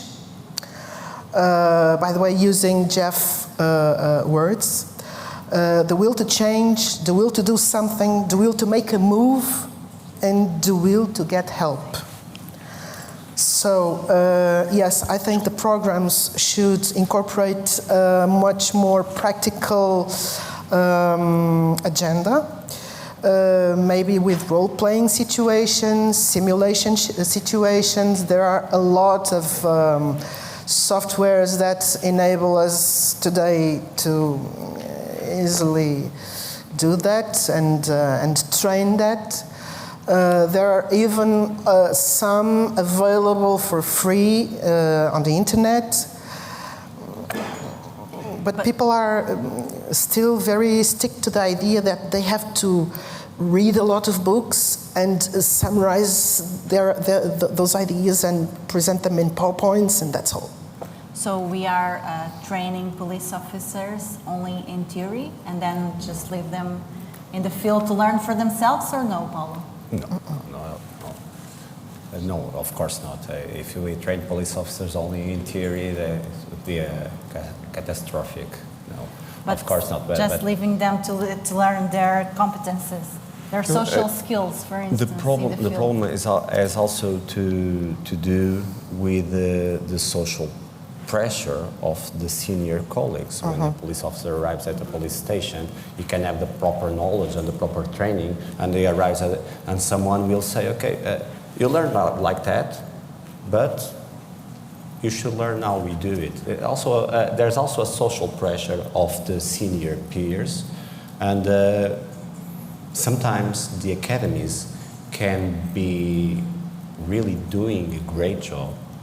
And this kind of social pressure on the workplace also enters in the equation, because you can have the proper skills, but we also have to continue the training. We need more continuing training, also to reach the senior police officers. Okay, 20 years ago, it was like that. 20 years ago, you used to solve that situation that way, but nowadays we are doing this way, and we can only reach these senior police officers, these senior police officers, inspectors, constables, whatever, by bringing more continuing training to our organizations. Otherwise, they will think that the way they solved situations 20 years ago is the way it's supposed to be solved. People use it a lot in the military and also in police forces.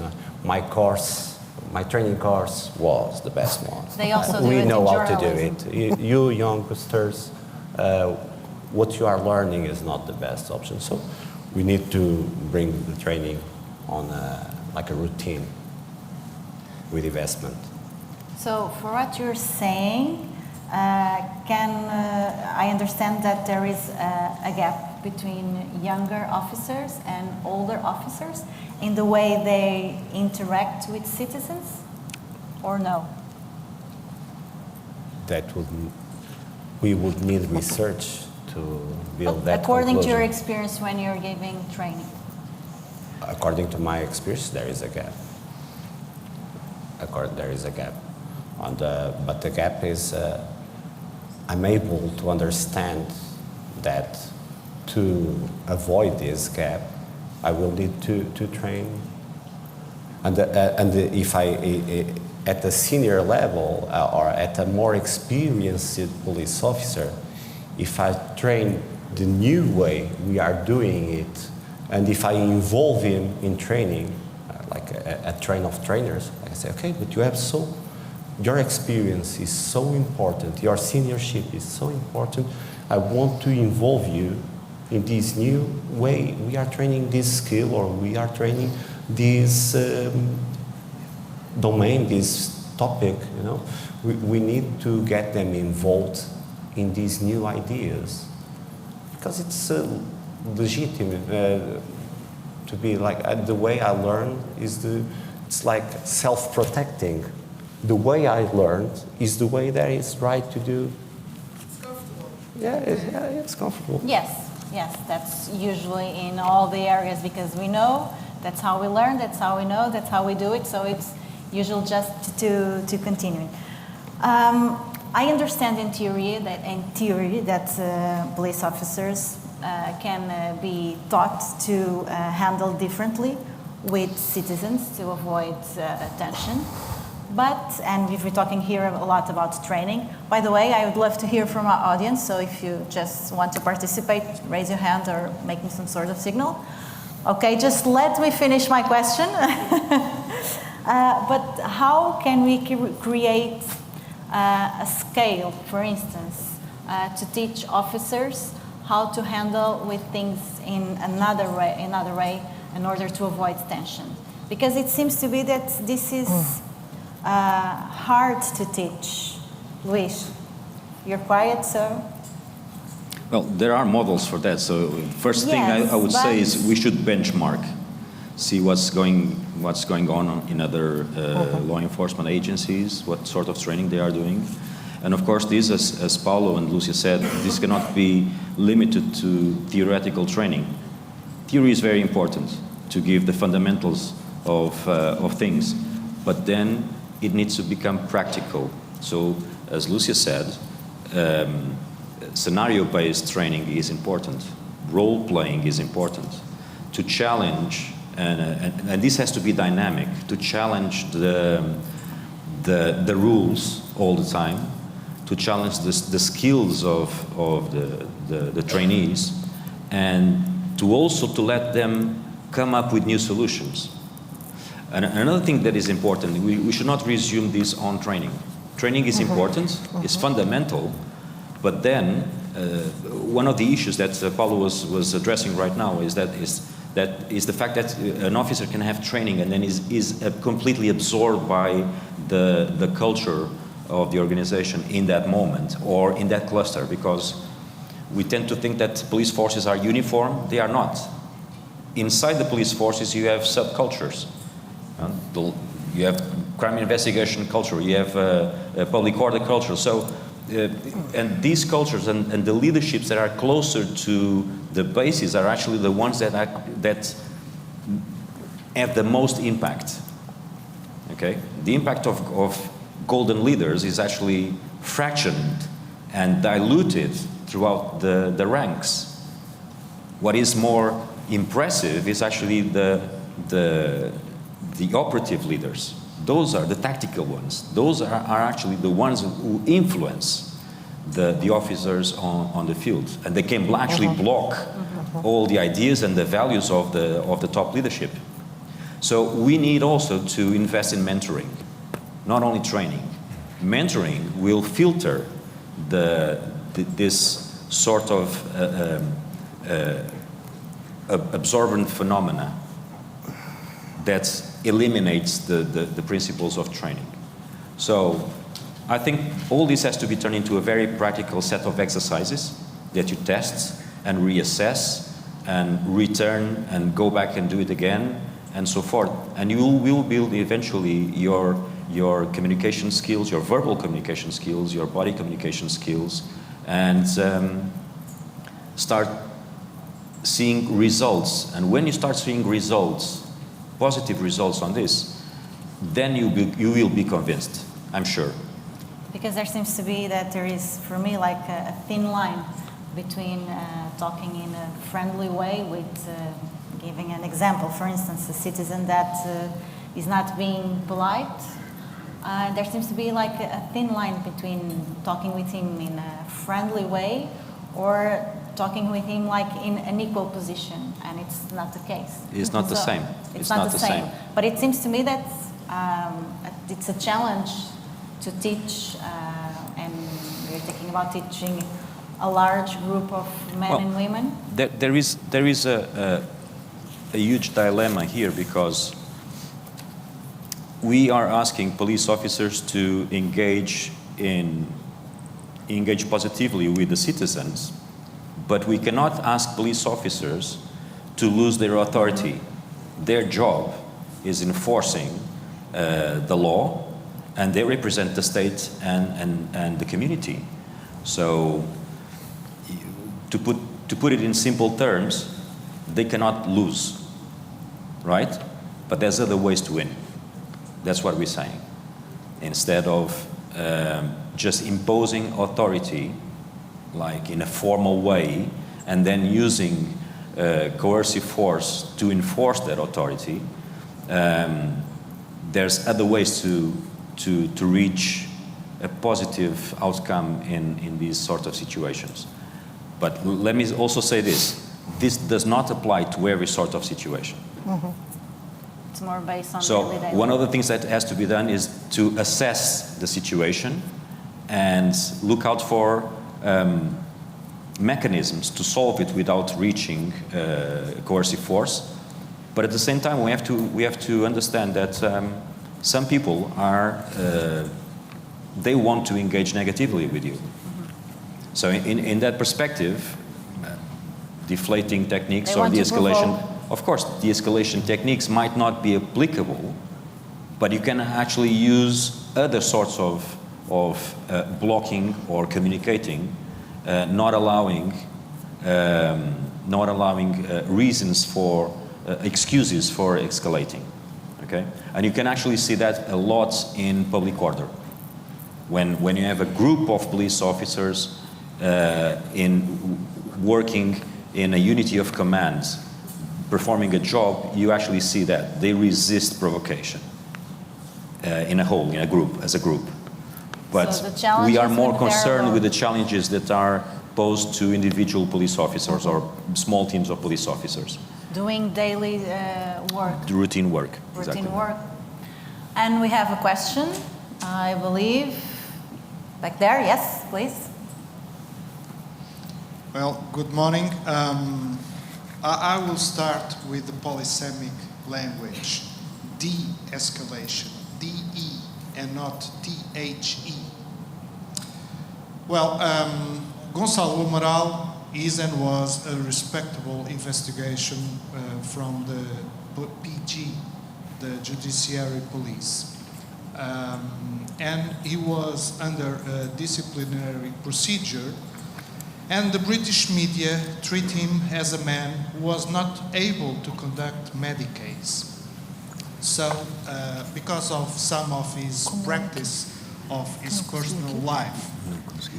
And nobody analyzed this. As my teammate Luís Guerra said, police officers are not instructed to de-escalate because their job is to run and catch and be physically strong in difficult situations. And I remind the Latin words "ius is a vis," that is, law is force. And someone with legitimacy needs to use it. Mental force and dress properly with a uniform cannot be discarded when in police missions, searching in a bank or in a tough, violent neighborhood as Quinta da Princesa. So, one of my friends, Miss Teresa Kaupers, I believe she was the first woman to be Deputy National Police Director. 30 years ago said to me, "Alfredo, police officers need professional qualification. And when applied to work in the police force, we need to see what qualifications those applicants bring to the force. And also when in training and when having his role as a police officer.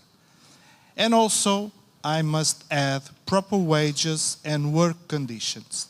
And that leads me to a single word that in this morning I didn't heard in this seminar. That is management. And what we need to have as citizens is, and we need to have answers, how a director receives his mission, and afterwards how the same director delivers to the further director his service and organization. And for me, that is what is need to be evaluated. Here we at the Home Affairs General Inspection have some examples of what I believe as a member of that organization, good practice. We evaluate, we follow and evaluate. And I'm not a shoe shiner, madam, and I love to be in my position. So management and evaluation, that are the two words that I would like to hear in this seminar. Thank you very much. Okay, thank you for your question. So, Lucia, I would like to hear you from, I'd like you to answer these questions. I'm not sure if I will give, a nice answer or even an eventually expected answer, but I think, first of all, in order to talk about management and, for sure, evaluation, we have first to diagnose. And that, in my opinion, it's what is now at stake. We have to make a proper diagnosis of what are the, what results do we have, what expectations do we have, where do we want to be in the future. And this leads me to something that I wanted to say also. That is the mentoring, of course, and the training in soft skills. Not only in shooting and everything else. Of course, it's of huge importance, but in soft skills. And another thing is that we have to consider that we are educating and training and designing programs to officers who will be still on duty within the next 20 or 30 years. So when Paul was talking, and I heard the other gentleman saying that 30 years ago I heard, yes, of course, I learned about authors and colleagues from 30 years ago and even from ancient centuries. Yes, but we have to be able to look forward. We are in the middle of a technological revolution with the digital world here. We are within it. Do we know how to use the proper technologies? Do we have the skills and the will to incorporate them in the education and training programs? Do we have the will or do we have the resources? So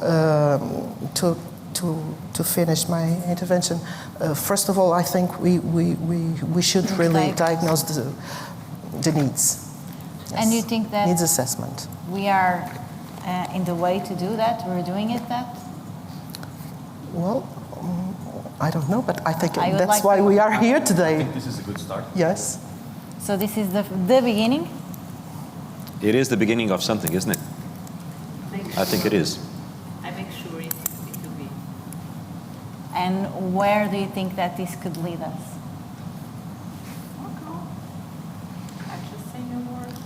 I think that as we started, the purpose of this conference was very clear. We want to motivate policy that is common for all law enforcement agencies to introduce these soft skills in training, not only the initial training, but training throughout their careers. And this is important, of course, with the involvement of all the parties represented here in this room. Paulo, do you agree? I agree. I totally agree that this is the beginning of something. I agree that science brings a lot to policing. I agree that being here today, next year and next year, talking about this, talking about police officers' wellness, talking about the escalation, this must be not like a single conference. We should gather and talk about this topic more and more. And yes, we need to evaluate. I agree that we need to evaluate. And I heard We talked here about suicide, but police officer suicide, but are there psychological autopsies of all these suicides? Is there a database? Because we can talk about US or other countries' context. It's quite different than ours. So if someone suicides in the line of duty or at home due to a depression or due to other kind of problems, this needs to be assessed. So we need to, I agree, we need first to diagnose, we need to understand, and then we need to evaluate. But this is a Portuguese problem, evaluate our interventions. Do we evaluate? Because life is ongoing so fast, and we just forget to evaluate. We can have a criminal case file and conduct a very complex criminal investigation, and we finish the investigation and we get the results. And do we look at the sentence and evaluate all that pages and decisions that were made by the magistrate? No. We should really, after conducting any kind of action or intervention, stop and see the results. But this is not only in policing. We don't evaluate that much. I agree. When you're dealing, I believe we're getting to the end of our time. Don't know if we have any more questions. There's a question from a gentleman. I'm without glasses, so I'm sorry. Yes, from a gentleman. Good morning. My name is Nuno Cardeira. I'm Inspector of the Immigration and Border Service. And apart from being an operative, I'm also a trainer. And I would like just to give a contribution for the debate regarding the training. Because, yes, about de-escalation, we have some training programs and curricula we are implementing already in Portugal, at least in the Immigration Border Service, because we follow the CCC, Common Core Curricula from Frontex. And yes, it is a problem, that ongoing refreshment training in most of the police organizations, but we supported, actually me and other colleagues, we designed the de-escalation program for Frontex, for the CCC, for the European Border and Coast Guard training for border guards, you know, the standing corps. And they have at minimum 8 hours training in simulation scenario training with role play, scripts, based on real reports from the field, monitoring fundamental rights reports and team leader reports. Also, we train these for the forced return escort officers. They have 6 hours training in de-escalation, negotiation, diplomacy, engaging in dealing with these situations. So this is a kind of small contribution we could give for future, because this is basic training, most, and not ongoing refreshment training, which could cover all the gaps that was mentioned between older officers, new officers, and always new situation. Any person, any new situation is a different police situation. Just to reinforce this. Thank you. I believe it was said it was 6 hours training. In Portugal, yes. Yes. In EU, 8 hours. Okay. 8 hours and 6 hours. Is this enough?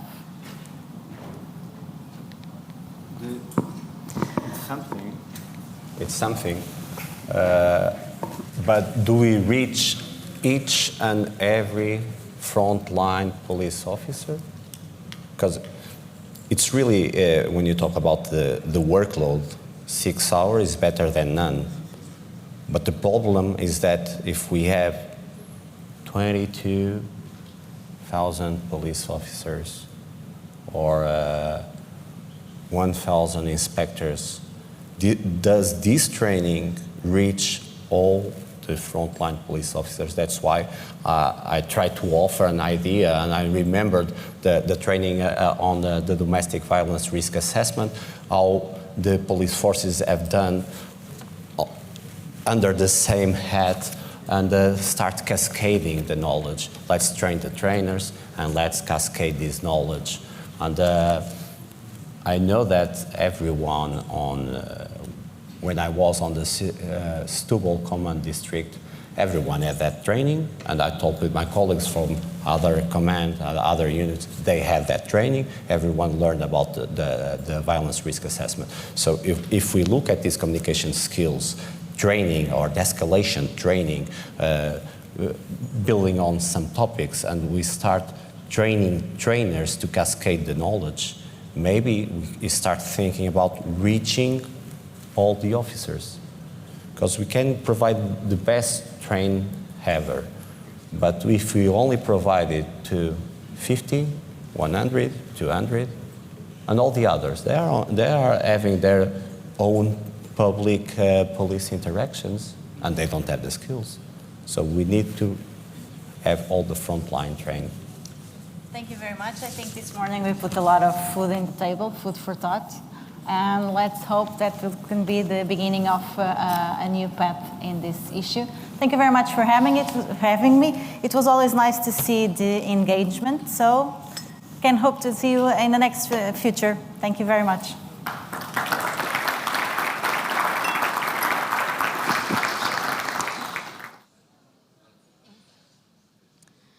To present the topic conflict management and escalation in the context of riot control in urban areas, the experience of the Spanish National Police, Juan Miguel Martín Cuevas has the floor.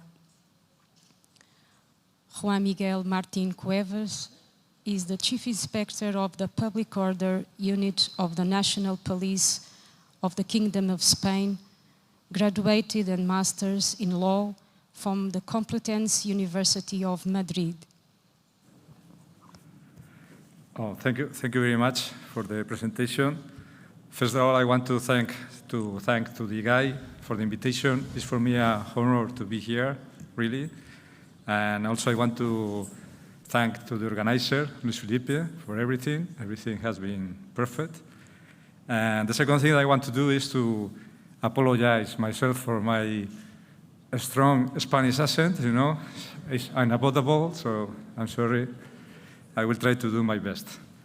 We will start the conference, you know, with these two sentences, which are quite different, but what we want to expose is the complexity of the escalation phenomenon, particularly in public order or control management. On one hand, the escalation can be a top-level political issue, which can compromise a government and its stability with a big disturbance. But on the other hand, it's still an eminently human issue related to the control of the emotions. So it's much easier to take the decision concerning kissing, but sometimes we have to face the other stuff.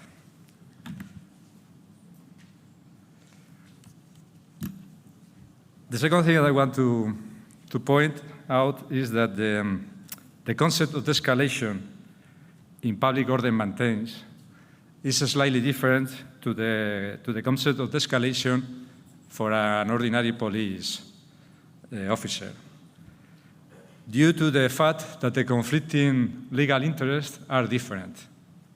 Of course, we always have to face or to deal with the human life and physical security, but also, or in addition to those, you have the integrity, the rights of expression, assembly, the freedom of movement, and of course, the freedom of expression.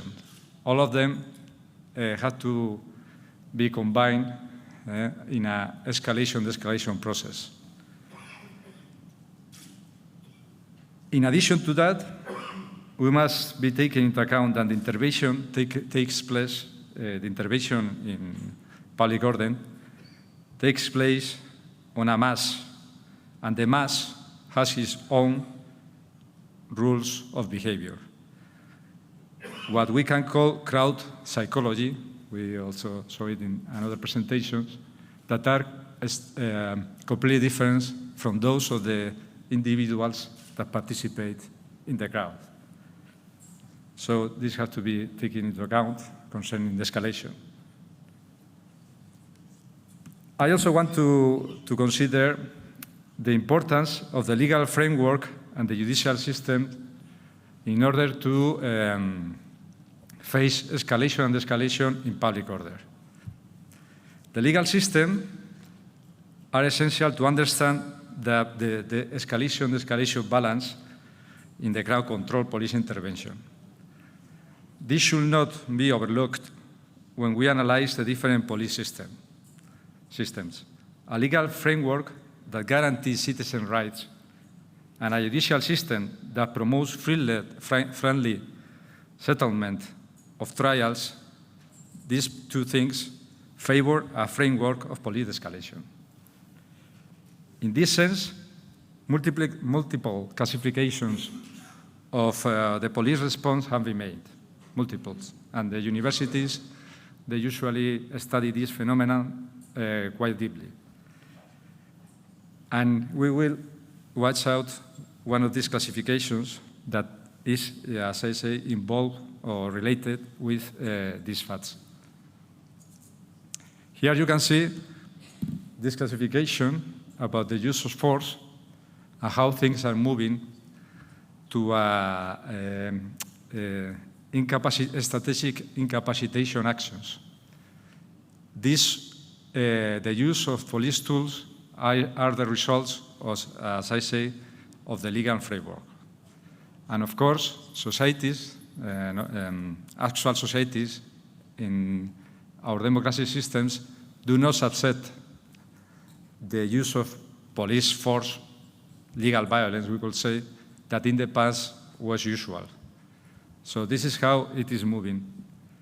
But it doesn't exactly seems to be in favor of citizen rights, not exactly, because the surveillance and the exchange of information is constraining the rights of some part of the citizens. So this is one of the classifications that we can share in this conference.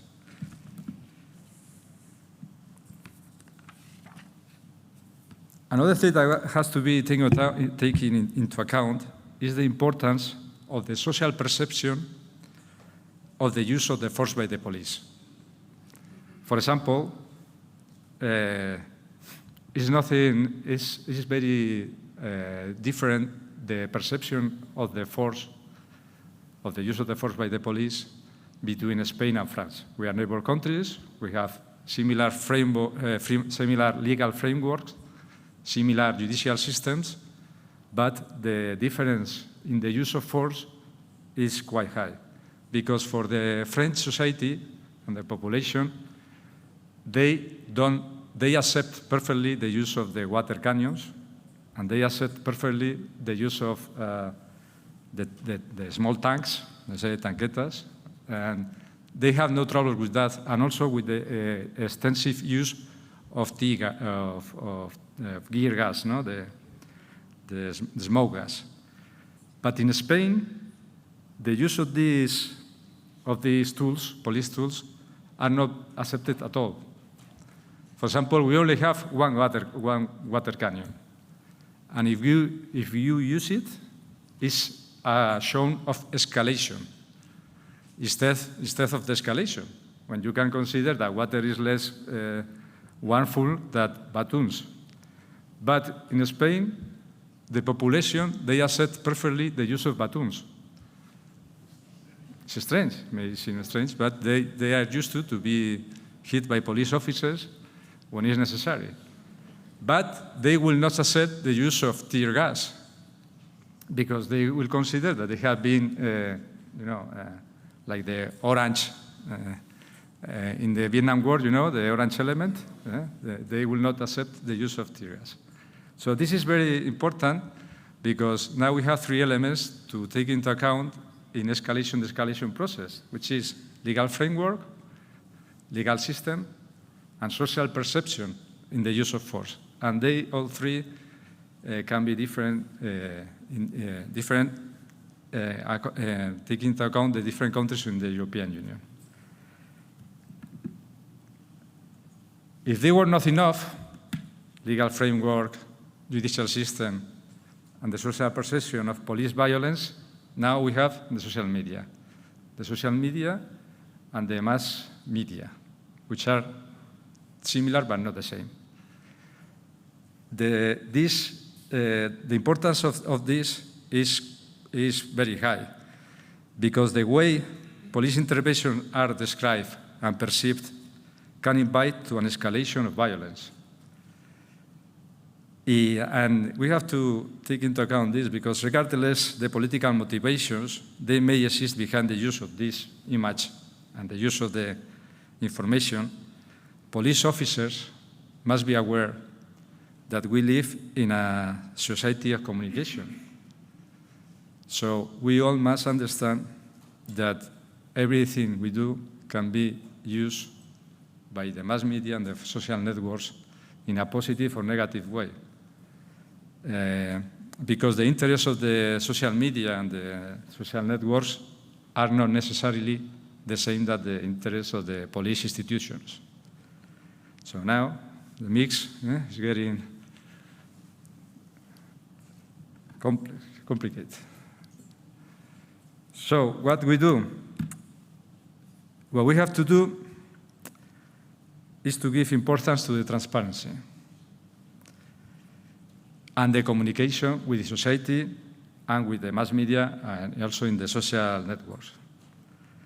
It is essential to maintain communication with society and transparency in police actions, because it's very common that a police action involving the use of force is highly criticized at first, but then, after a carefully analyzing the situation, it turns out to be fully acceptable and even convenient.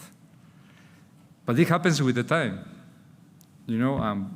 after analyzing all the factors. And when it happens, it is too late for the police perception, because the society has accepted or has taken the first idea that police has used force in a not legal terms. So it is very important to influence in the society with the vision that the police offer encountered. It is very possible that the concept of de-escalation and minimal use of force will not take hold if we have not this capacity of influence in society with our vision, and of course, to show transparently what we have done. And if we have to take legal actions against the police officers, the society has to know that we will take these actions.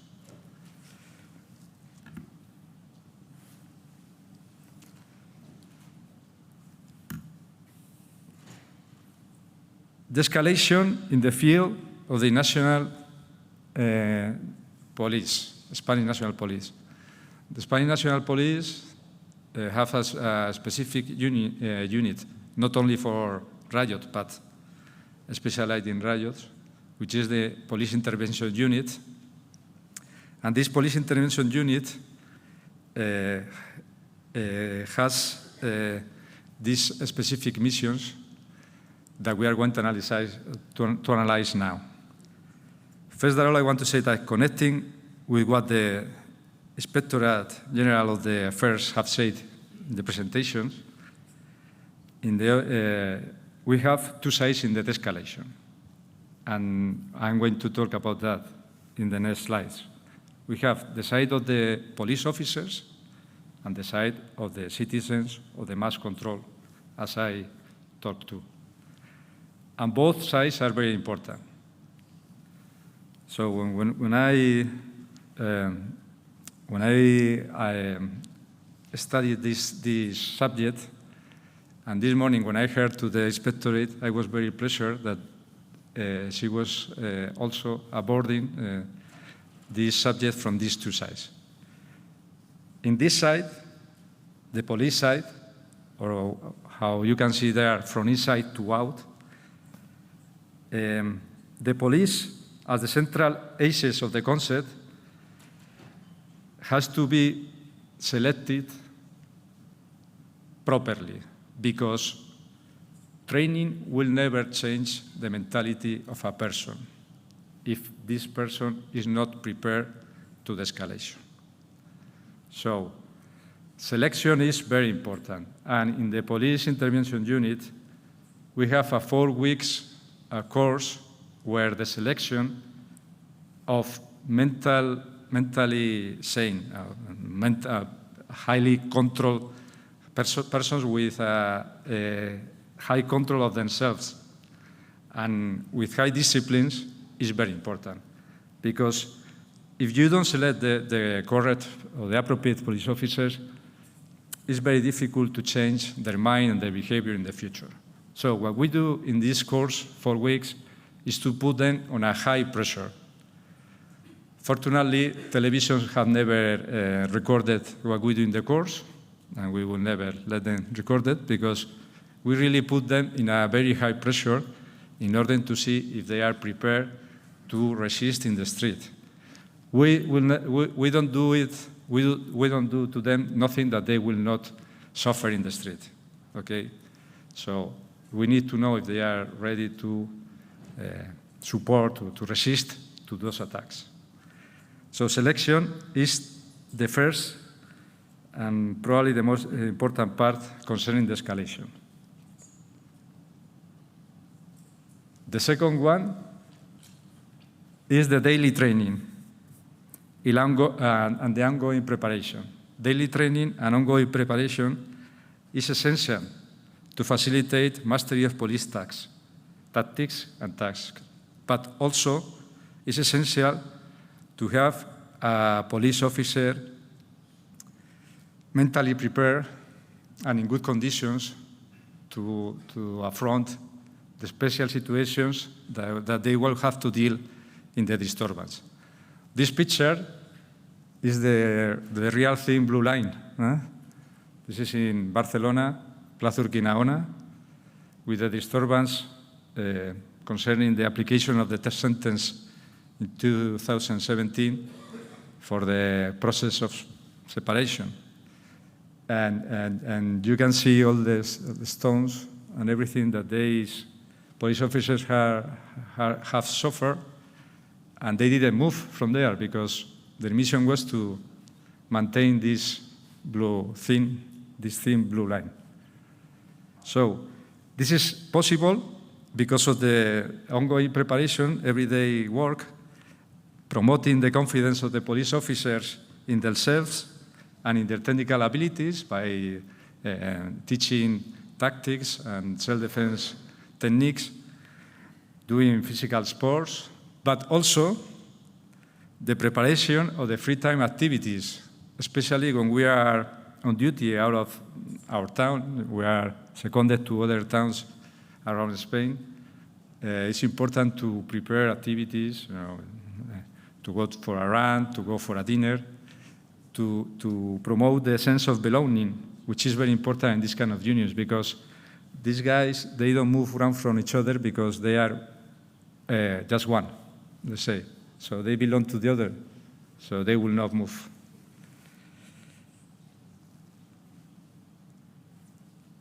And now analyzing the other side, the side of the citizens, or let's say, from my point of view, the mass control command, we have to take into account the importance of the command and control of the operation. We have to know what is happening, and know it in the real time. This will allow appropriate decisions to the commander to promote escalation. For this, information and communication technologies must be strengthened, and full knowledge of the situation must be ensured in order to make the appropriate decisions. So we have to know what's going on to make the escalations, the tactics that will follow to the escalation. Also, we need protocols, real protocols. Protocols that must be geared toward escalation in an honest and realistic way. The incorporation of protocols that rigidly establish a series of steps to be followed to be followed mechanically are not practical, are not realistic, and do not resolve situations that we face, the situations that we face on a daily basis. So the protocols must indicate the degree of autonomy of the police commanders and the means assigned to each level of the decision-making process. So the commander will take the decision and will use the tools, the force necessary to solve the situation and look forward immediately to the de-escalation. So we can go to the negotiation, to the baton, but looking forward to go as fast as possible to the presence, or maybe not even the presence. And the conclusions. The conclusions are that the de-escalation in crowd management is a philosophy of police actions that must govern all tactic decisions. So, de-escalation has been in our culture for every tactic decision. The de-escalation in crowd control must understand the times and behaviors of the masses, which are different from those of the people who compose them, are not the same. The escalation in riot control cannot be governed by strict protocols that are not truly applicable to VUCA situations that represent riots. VUCA, volatile, uncertain, complex, and ambiguous situations, which is basically what we face in a riot. And the escalation in public order must be aimed at guaranteeing a return to normality with the least possible use of force through specific tactical actions in the necessary time and manner. And this is my conclusions. And thank you very much. And once again, thank you for the organization.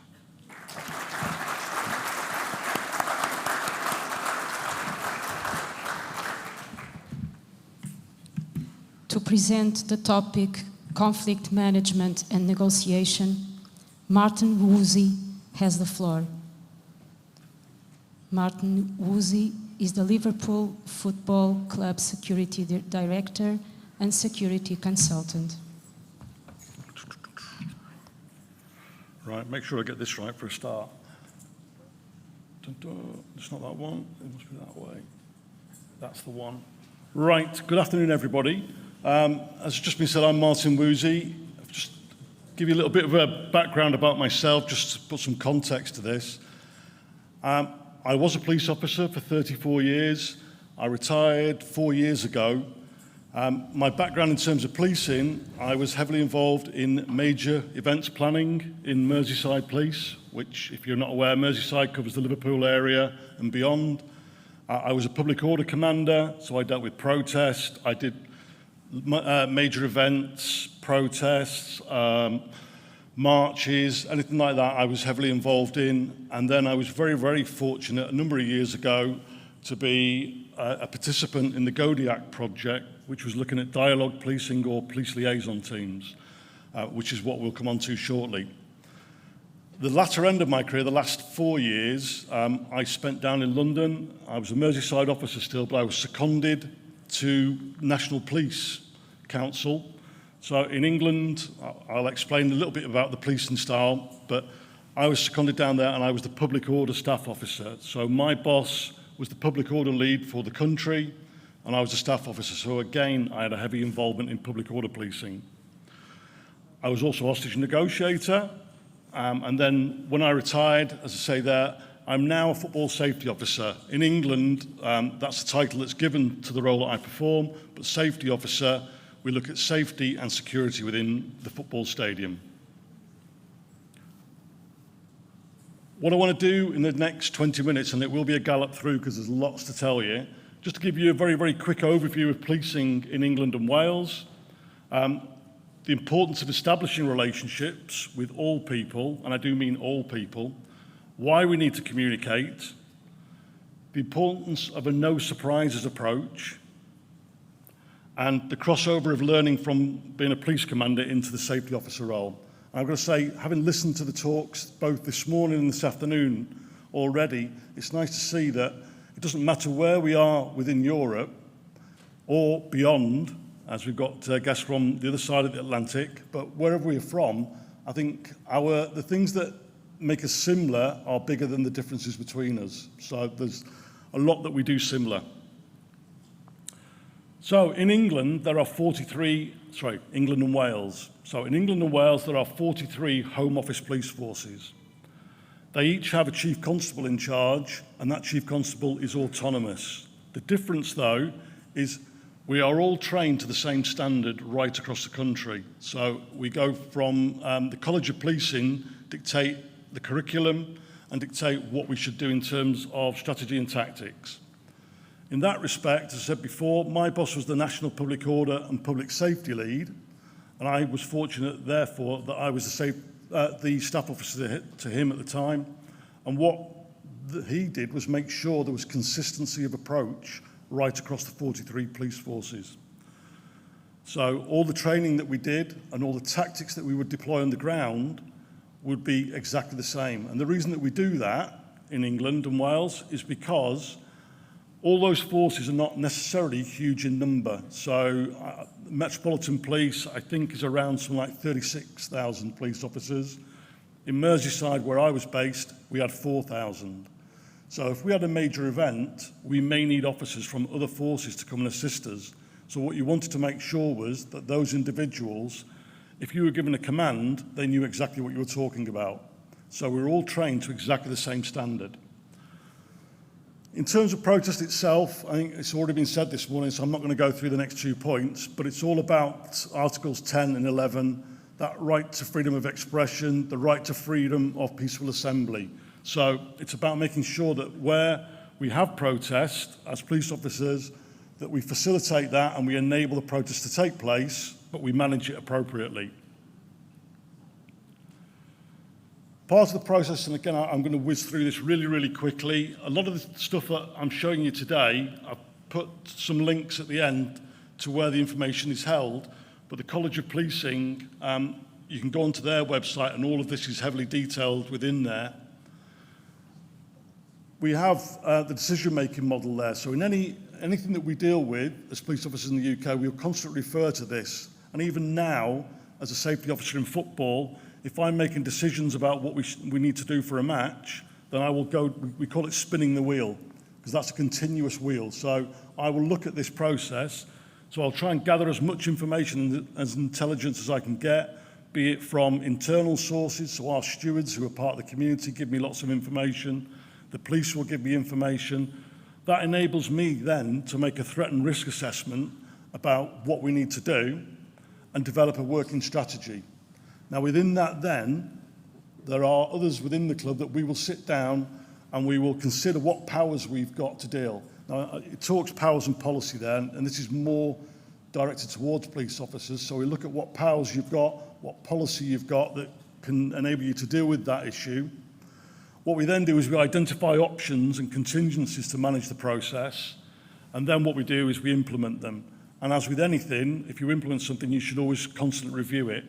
So again, that circle is constantly getting spun, you're going round it constantly, and all my decisions, I might make it on day one, but new information might come in, and my process might change. So it's a constant wheel.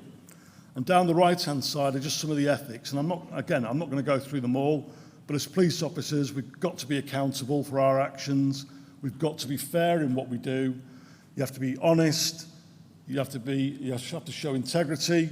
The key thing, doesn't matter what rank you are, you have to show leadership. Even officers at the bottom level have to show leadership. And then you show objectivity, openness, respect, and selflessness. And again, we'll go into that as we go through. So just very, very quickly, this is just a model that an old boss of mine used to use. So as police officers, and even in my role now, we have threat and risk. And the job that we've all got is about managing the response to that threat and risk and how do you do it. And in an ideal world, it would be level. So the amount of response that you put into something will be appropriate and proportionate, and it would manage that risk.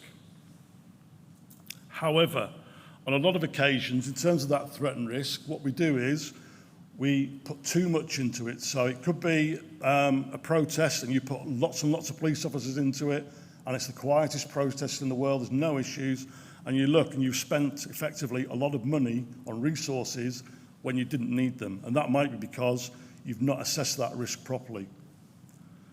However, on the other side, if you don't assess the risk properly and you put too little response in, then the potential is you're going to get people hurt and injured, and also you'll damage your reputation.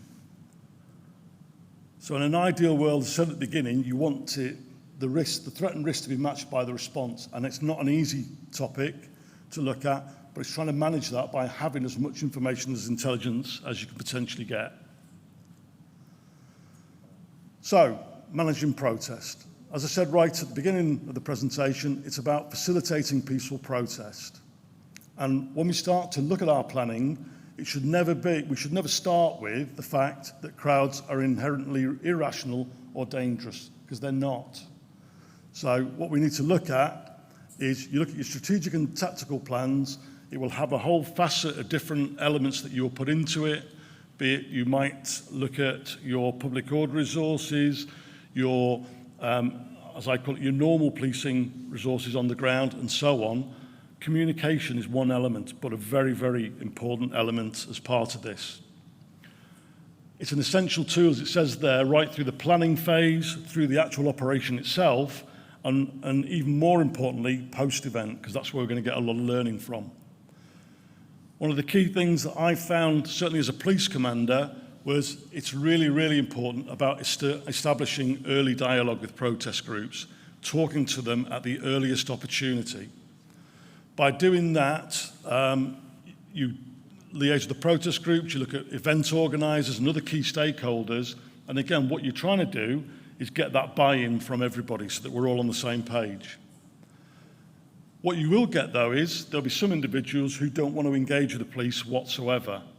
And that is a really difficult element to manage, but on occasions, what I would say is, if you can't engage with them, there might be intermediaries, there might be other people that you can link in with who will integrate with them and talk to them on your behalf and try and bring the two of you together.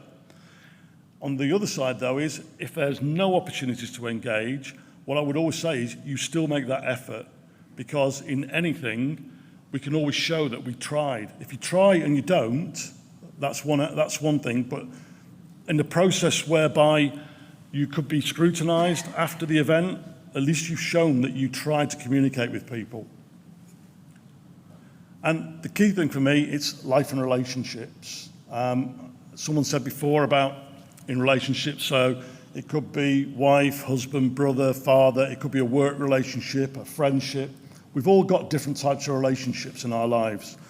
And they are always complex relationships. We know that we don't always agree on every single point, and sometimes it's about coming to compromise, so it's about relationships. Now, in terms of building relationships, from my perspective, as I said, we all have relationships. It's how we manage and we build them. So the first facet of a relationship on any level for me is about honesty. Being honest with people about what you intend, what your personal ethics are. So you should be honest. And again, I'm stealing stuff from other presentations before. You should be open.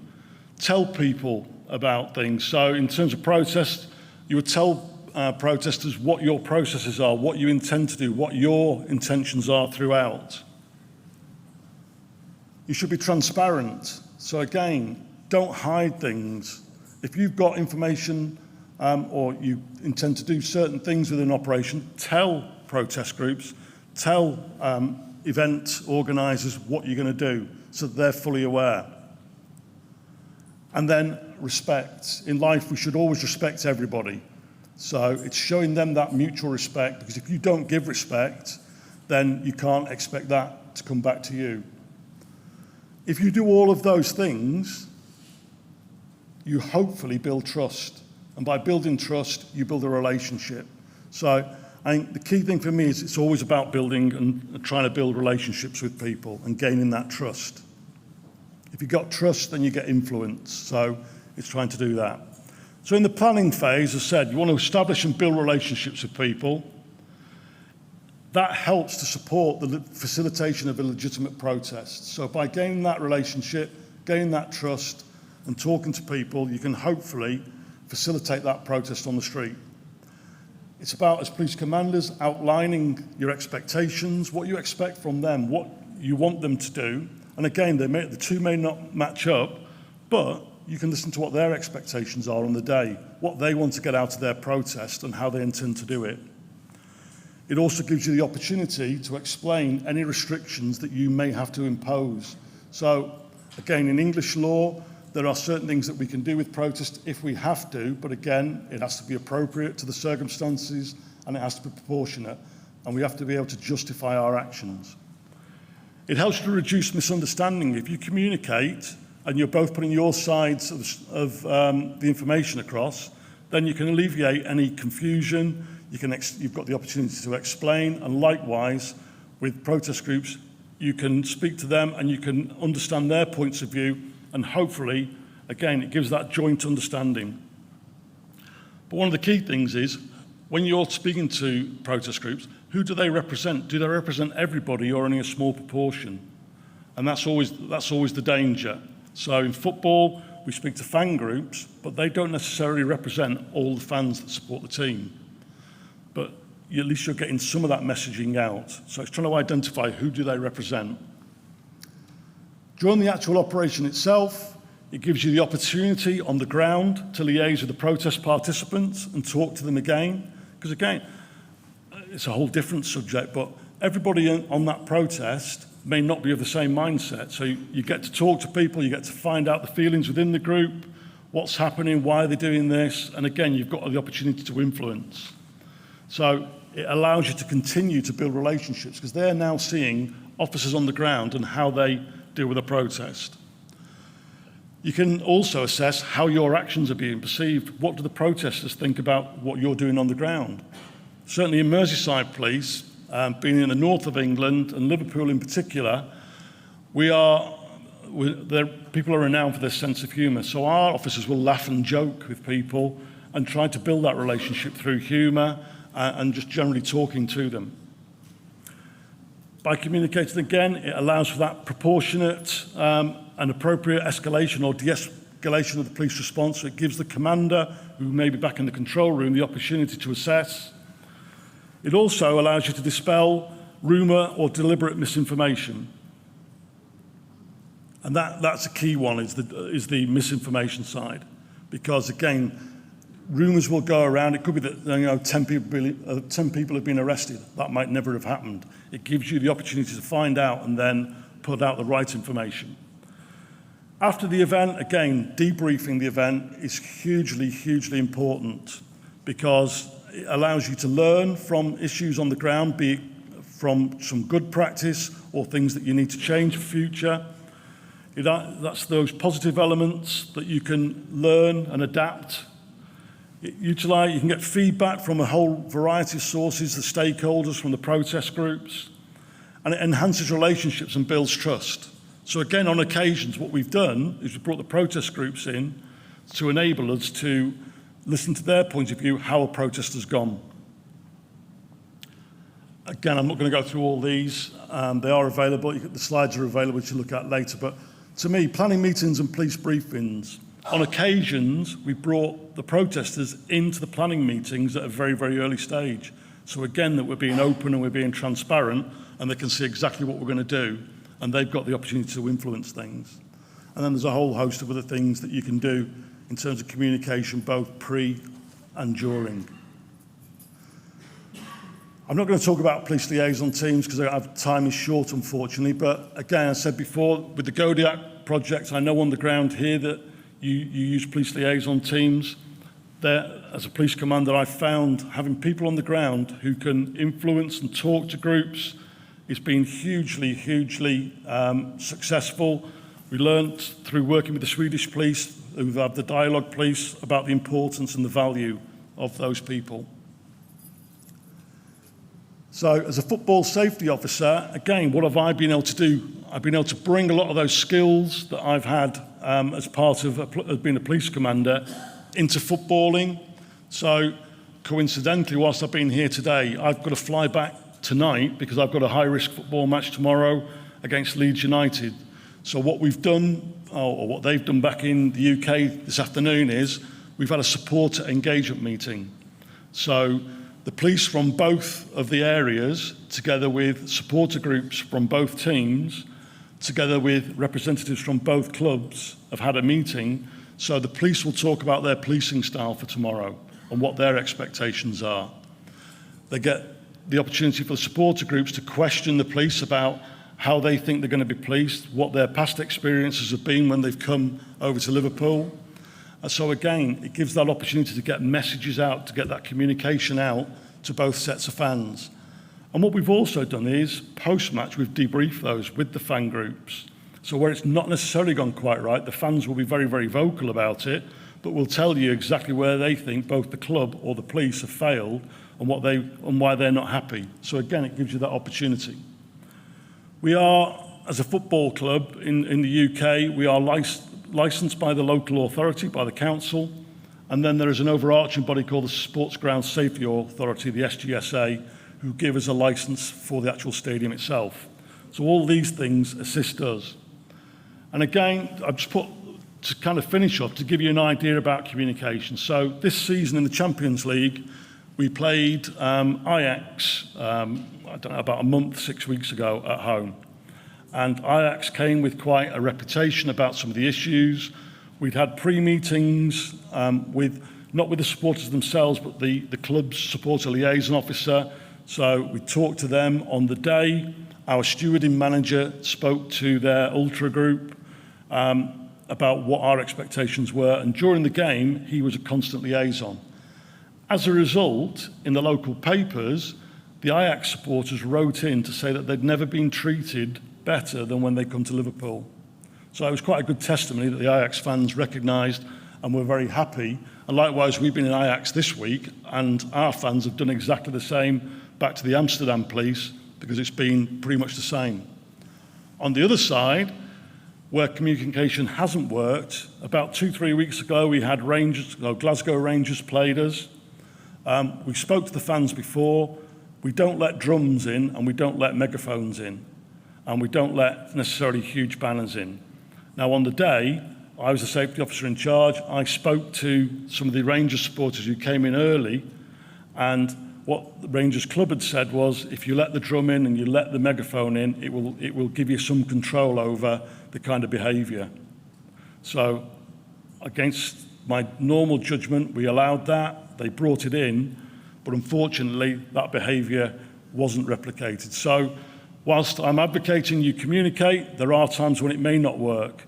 But I think at the end of the day, the important thing is you've got to try. And if you don't try, then come any issue at the end of it, you will be faulted by, if you don't communicate with people and don't communicate all the way through, then it will cause you problems. So, in conclusion, it's about establishing and building relationships. It's about communicating right through the process, right from the beginning and even post-event, so that you get that learning. And in communication, it's not just about talking, it is about listening. Listening to what their issues are as well, and trying to work through them. And as with any relationship, it's about negotiation and compromise. So there will be middle ground where we can all agree on, and it's about trying to get to that middle ground on occasions so that both sides' objectives are met. And again, the final bit with anything, I say I was in the police for 34 years, I've now been at Liverpool 3 years. Throughout my whole career, it's all about reviewing what you do and learning, because learning is a constant process. I'm continually learning now, and it's just about that review and learn. Thank you very much.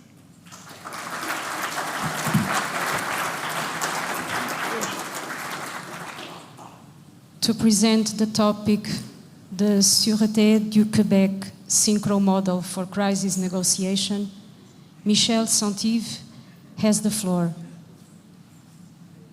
Michel Santive is a forensic psychologist at the Quebec State Police, PhD in psychology and university professor in the criminology department at the University of Montreal. Bon dia. Bonjour.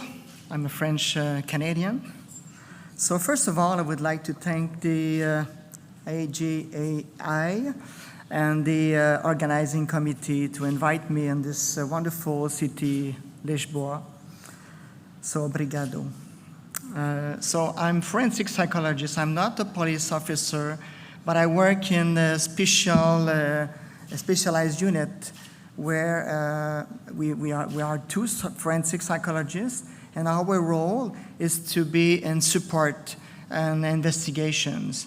So we are also involved in the hostage negotiation team, not as a negotiator, not as a commander, but just to give some suggestions to have a more effective communication with people who are mentally disturbed, and to help commanders to take good decisions, because we do a risk assessment all the time, from the beginning to the crisis until the end. So, a few decades ago, the police intervention in crisis situation was very simple.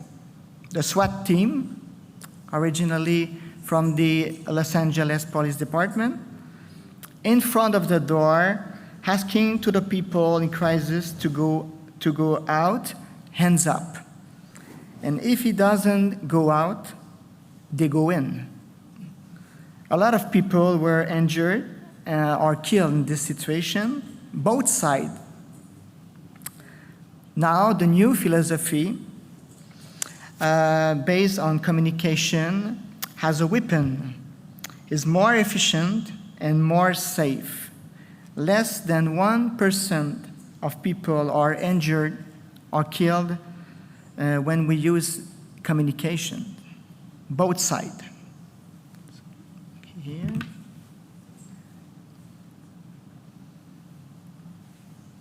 Okay.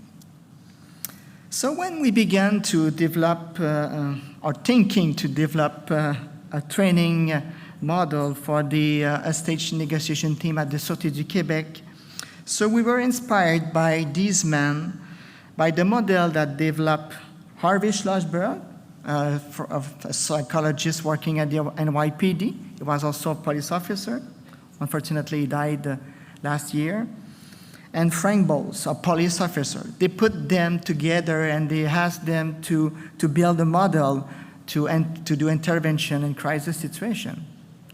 So they developed the model right after the terrorist attack at the Munich Olympic Games. So that was to prevent. In 1973, they developed a model. And they used the model for hostage situations, like a bank robbery with hostages, and this kind of situation. After a while, they decided to improve the model with people, barricaded people who are mentally disturbed. And it was also efficient. And this model has inspired all the models that we use all around the world now. At the same time that we developing a training for police officers in Quebec, was the first structured training for police negotiators. So it was 20 years ago, more than 20 years ago now. So we studied more than 500 crisis situations where the Sûreté du Québec were involved, to understand why sometimes everything is going well and sometimes not. So, and we found very interesting things. But the more important was the need to respect the rhythm of the crisis. Police negotiators at that time were too prompt to find a solution, to suggest solutions, to put the end of this kind of situation, and to have a surrender too fast. But it was not the best intervention. So people were on the emotional channel, and police negotiators were on a rational channel. It was a cross communication. Sometimes the situation became worse and the communication became impossible. Sorry. So we decided to develop a model based on the rhythm of the crisis, the synchro model. A model based on a better understanding of a psychological process involved in a crisis situation. A strategy, it's in French, but it's strategy of intervention and negotiation of crisis based on the rhythm observed.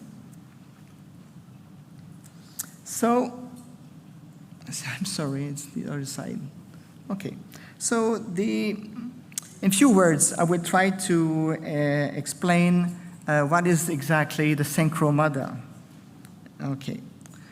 So it's based on a very basic model to understand the main step, the main phases of the crisis. So the first one, the crisis in themselves, and after you will have to go to the resolution of the problem, so to solve the problem, and at the end, so a surrender. But it's a very simple model. But it inspired our model, because the synchro model, so it's based on this model, but we, as I said, we respect the rhythm of the crisis. The first step, and I will explain everything, that's the most risky phases, because the person is in crisis. And so at the time, the negotiator tried to find a solution to help people. So, but the first step we have to do. It's just to permit to the person to ventilate his emotions. And after, when it will be the time to suggest solution, so you will have to do it, but not at the beginning. And we will understand how it's important to respect all these steps. So the first one, as I said, is the more risky phases. At that time, what we want to know, it's what happened, and it's to ask to the person how he perceives his problem. So just to permit him to ventilate. We do not have a lot of things to say, only to use active listening, and to try to establish a contact with the person.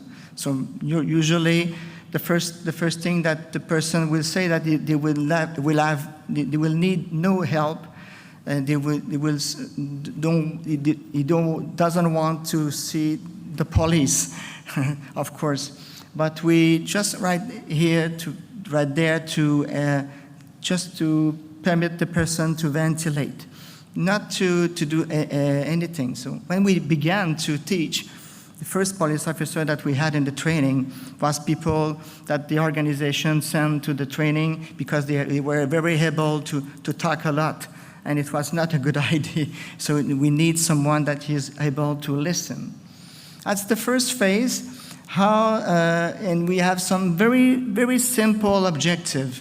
First, establish a contact and keep a contact and build a communication. That's the first step. After a while, when the person will have ventilate, now he will be more receptive to our suggestions and later to some solutions. But the police negotiator asks, but at what time that I will know that he is ready to listen to me now? So, but he will ventilate, he will be more calm, less self-centered on himself. So we'll have some very interesting cues that we find, because when we look what happened in the past, it's just because the people, as I said, that police officers were too much prompt to find a solution. Now, be patient, and has to have some real cues before to continue the intervention. But when the people at this step here, I don't know if I have, yes, at this step, the last one, just right here.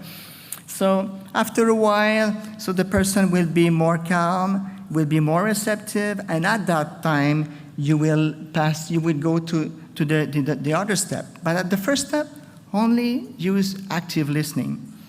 Only active listening. It's very basic communication skills.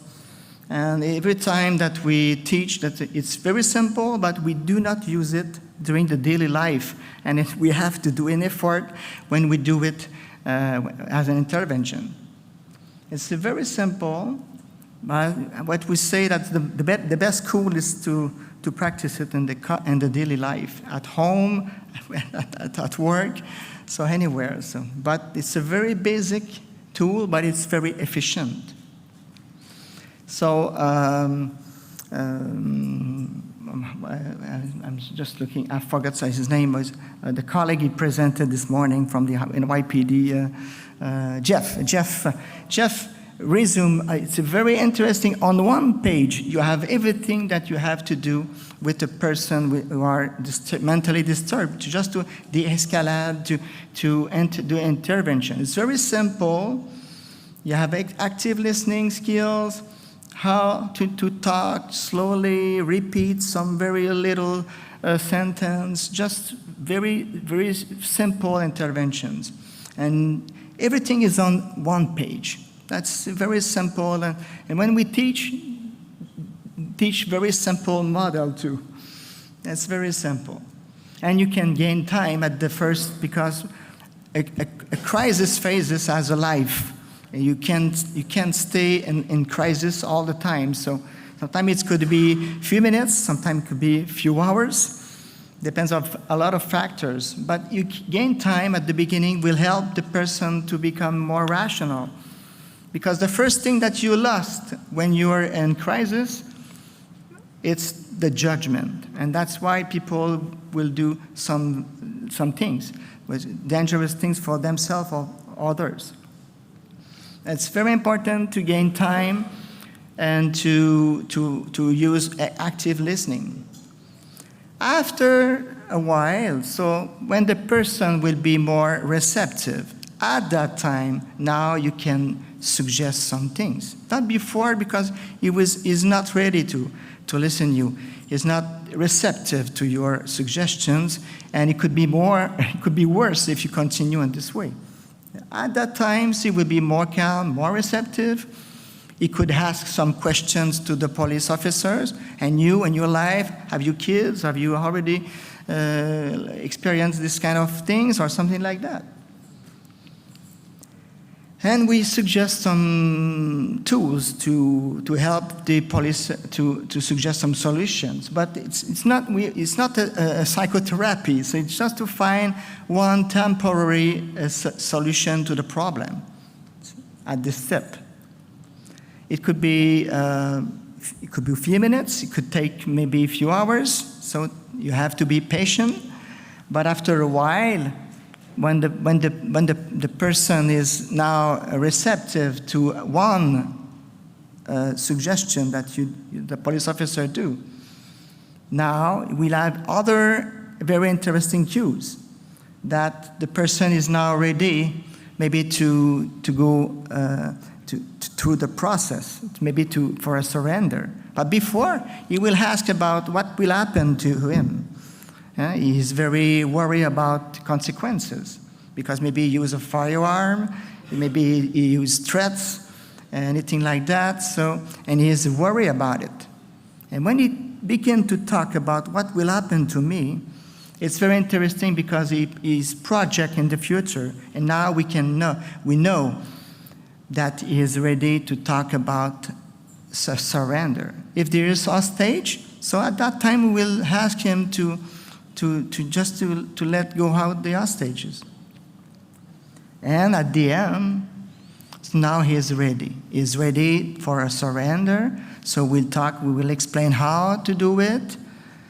And we often have a very strange phenomenon that we called the cha-cha-cha, the final cha-cha-cha. It's the person is ready to go out, but he's afraid to go out.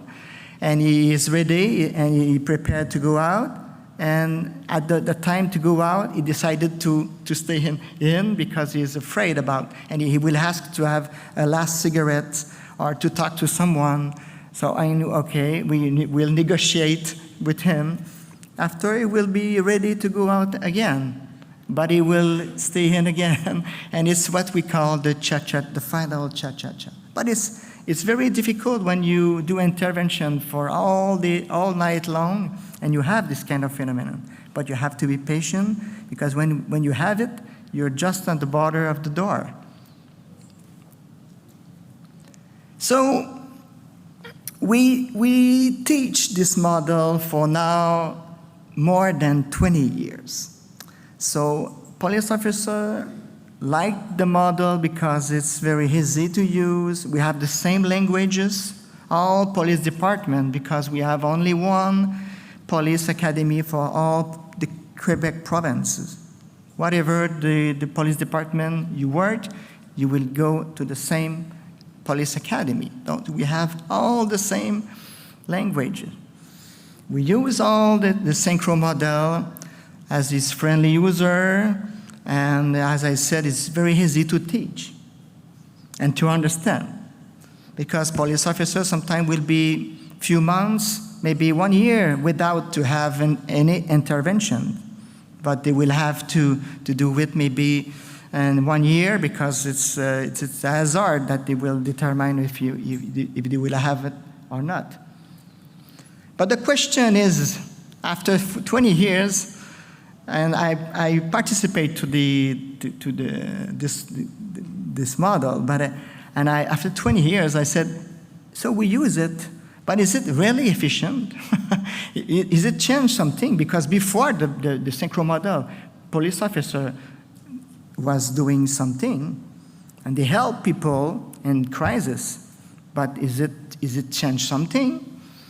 And we decided to measure, and what was very interesting what we found, because you have before the synchro model, it was involved, included in the training.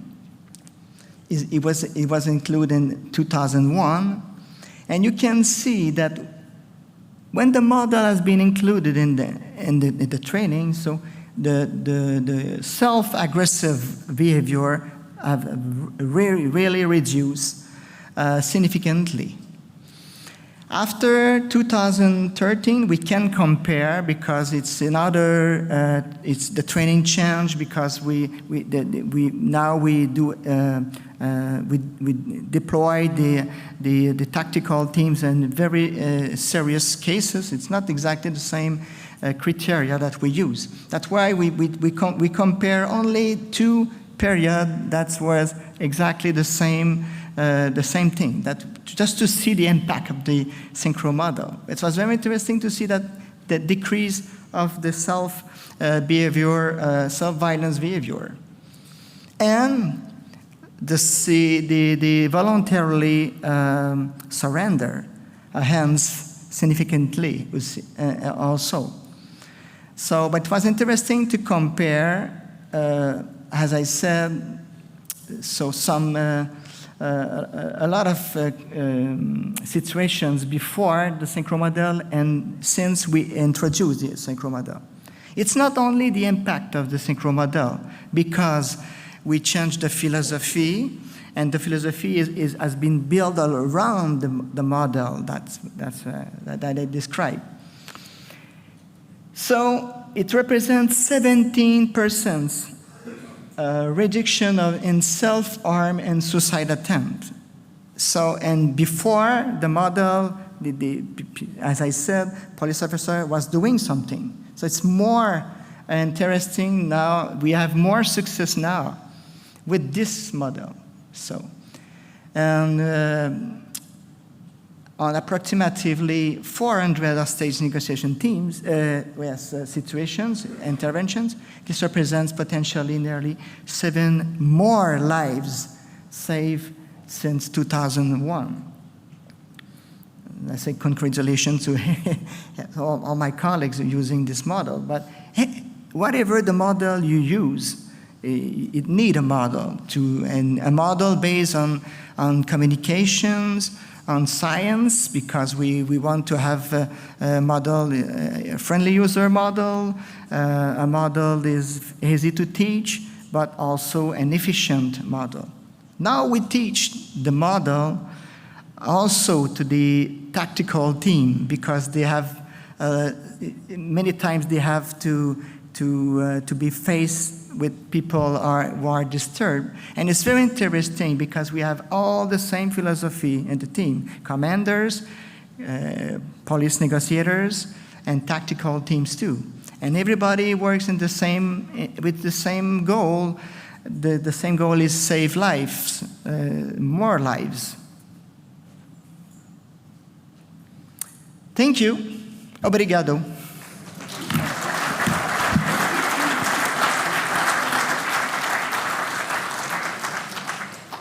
To present the topic, a high level of knowledge within the police authority is the key for a democratic society, Ula Esterlin has the floor. Ula Esterlin is a police officer and a spokesperson for the police of the Kingdom of Sweden. To start with, I would like to thank you very much for inviting me here to the fantastic country of Portugal. I'm really happy for being here. I'm proud and I am humbled to be here, and I will do my best in explaining what I have been doing for approximately 10 years.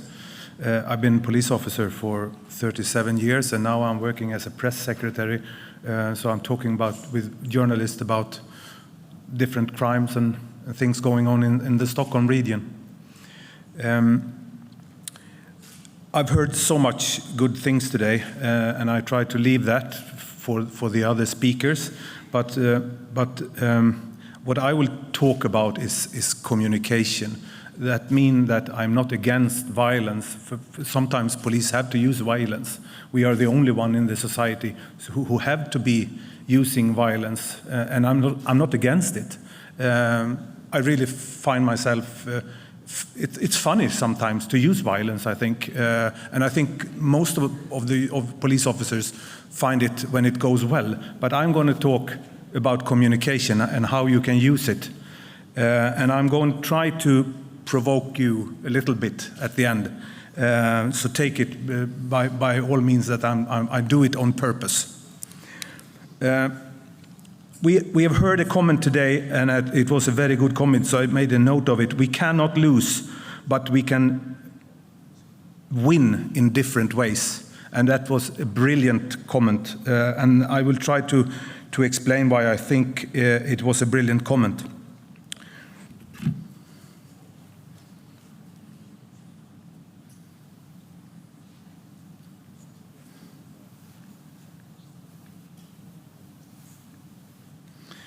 In 2001, Sweden was hosting the European chairmanship, and it was riots. Gothenburg was teared to pieces, and there were demonstrators shot.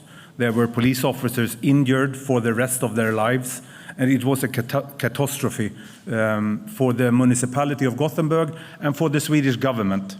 The Prime Minister of the Swedish government, he said that we will have a governmental committee who will do an investigation what went wrong.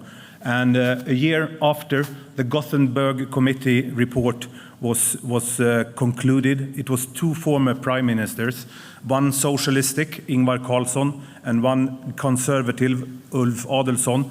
They came to a different, some very interesting conclusions. And I will read a couple of them here.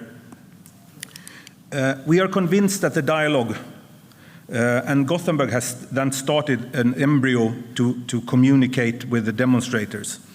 We are convinced that the dialogue conducted by the police with the political organization and other interest groups is of great significance in preventing serious disruption of order in connection with demonstrations and other expressions of opinion.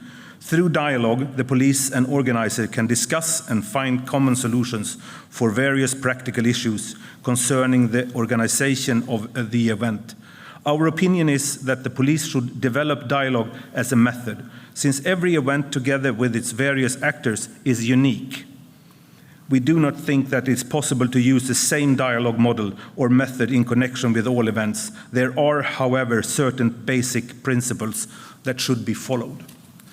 And the next statement they made is that, and I will dig into that during my 17 minutes I have here now, it's furthermore valuable for the police that they deepen the understanding of the society outside of their own organization. And it's important to remember, and my opinion is that we have a lack of knowledge within our own police authority, because we need to open up for to be collectors of knowledge. And I will come back to that. But the police dialogue has developed to be a mediation, not a negotiation. It's a mediation between demonstrators and the police department and state and municipalities. Because the city hall in most cities, they don't have the dialogue function. And they make a lot of political decisions that get a big impact in the population in the cities. But they don't mediate when they are taking these decisions. That's up to the police to do that, and therefore we are doing the mediation with the municipality and the protester.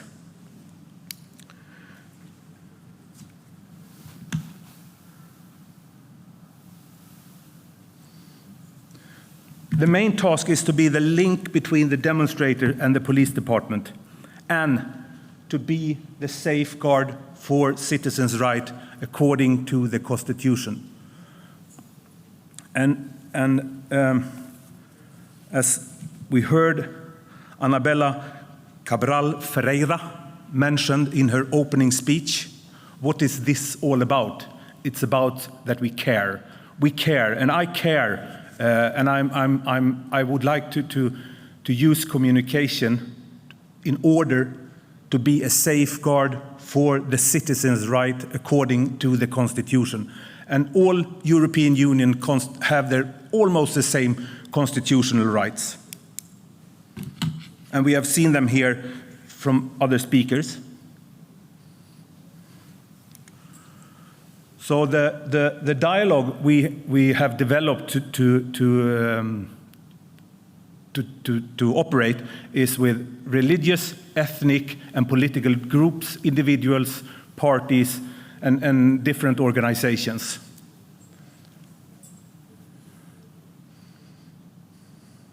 It's the same United Nations Convention and European Constitution. They are all the same. So we are all tied to these fundamental rights. We saw Mr. Vusi's core value from England. They are almost the same as we have. Transparency, which is for a protest groups, or that very often have their roots from different other countries, which are not obligated to the constitutional right. They have different constitutional right.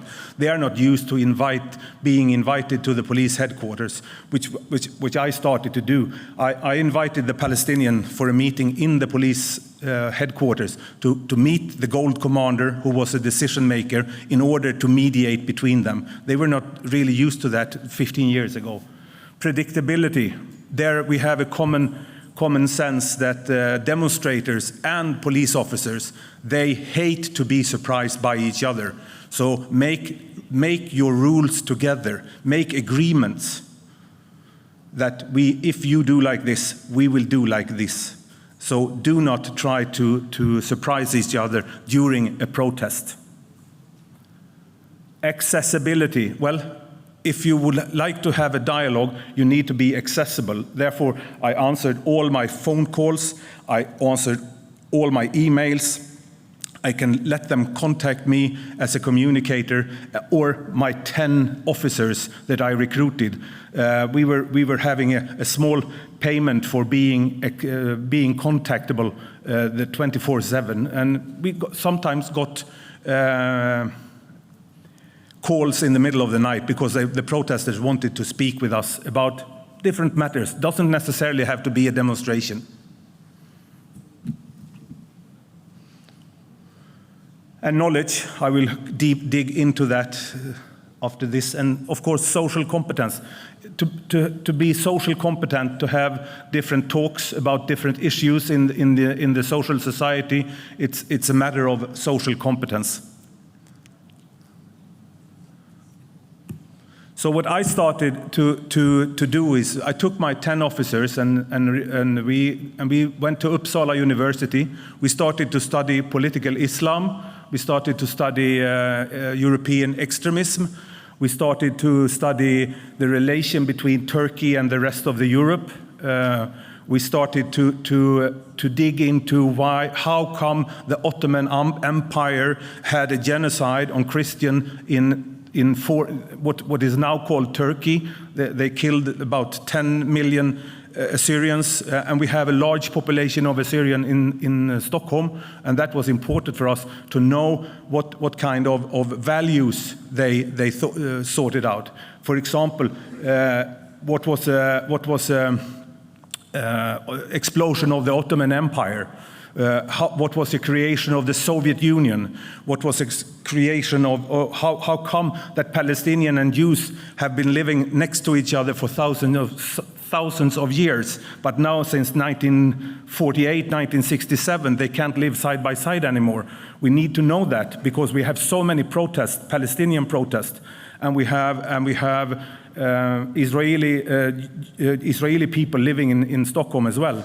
So that's why we had to dig into the knowledge, to create knowledge in order to understand the social identities.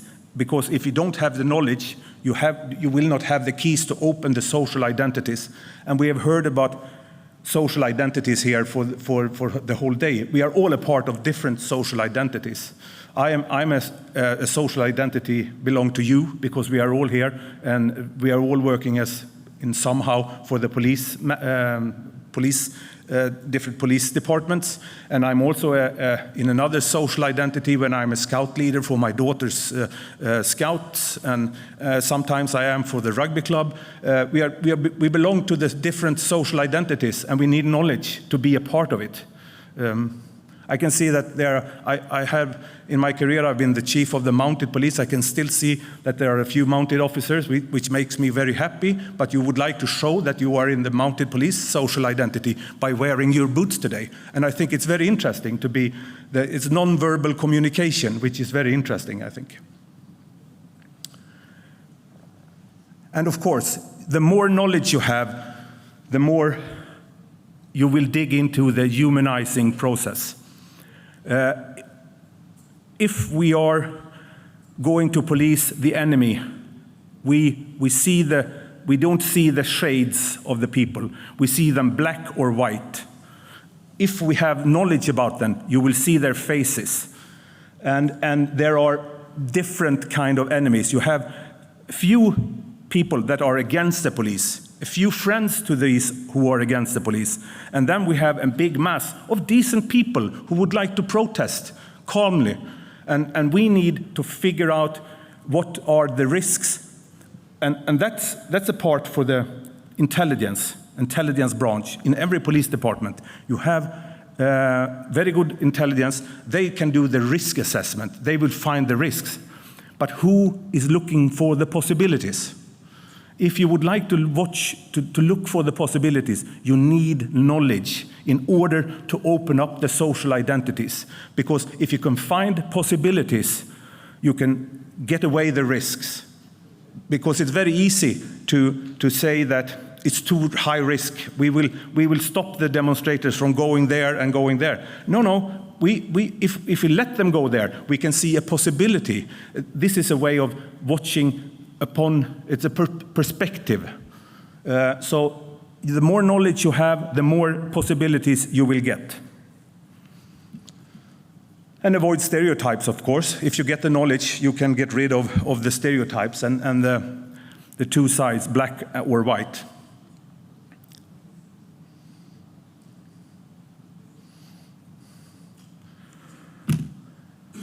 So the paradox of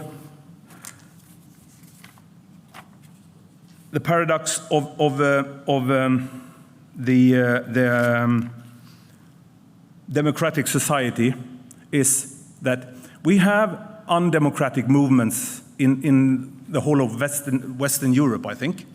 We have, for example, Hezbollah in Stockholm. We have Hezbollah office in Stockholm.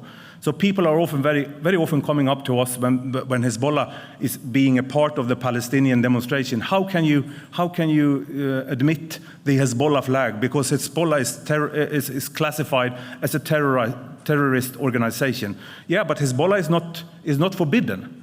So if we treat Hezbollah right in Stockholm by making out the clear connection, if they will use a democratic way to protest, we will help them.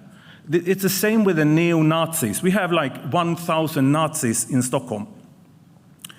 And they would like they live on a kind of Israeli oppression, Jewish oppression. They think that they are living in a Zionistic oppression government. And if we can explain for them that if you apply for application for a demonstration, we will help you and we will create the best situation for you in order for you to tell what you're going to protest. You will protest against the Swedish government. That's fair enough.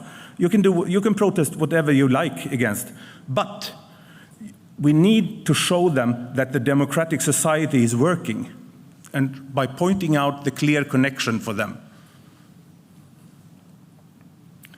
I've already been speaking with you about possibilities instead of risk. And in order to see the possibilities, you need knowledge. You need to be aware of the social identities that are being made in the society, because there are a lot of social identities. And if you would like to Google, I suggest, and it has been mentioned here, you can Google on ESIM, Elaborated Social Identity Model. I will not dig into that, but it's fantastic reading from 4 professors. It's Stephen Reicher and Otto Adang and Clifford Stott. We have had them at lecturer at the Dialogue Police course, and it's fantastic. So dig into that sometime when you feel like it.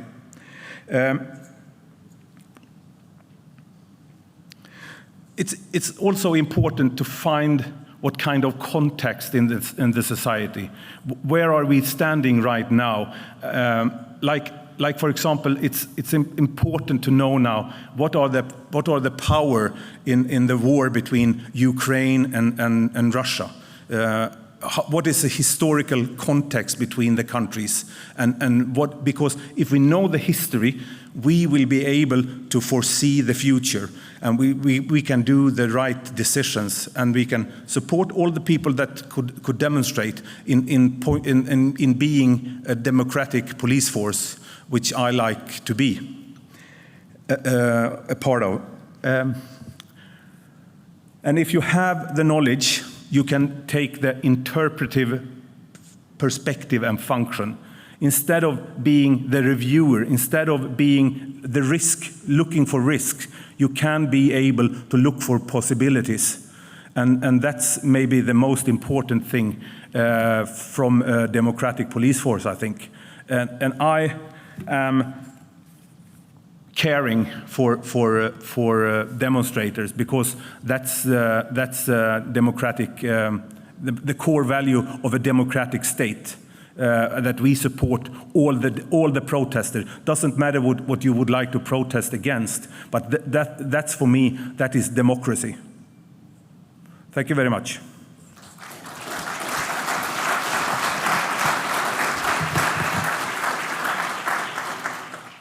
There will now follow a moment for debate, moderated by Philippe Paté-Duarte.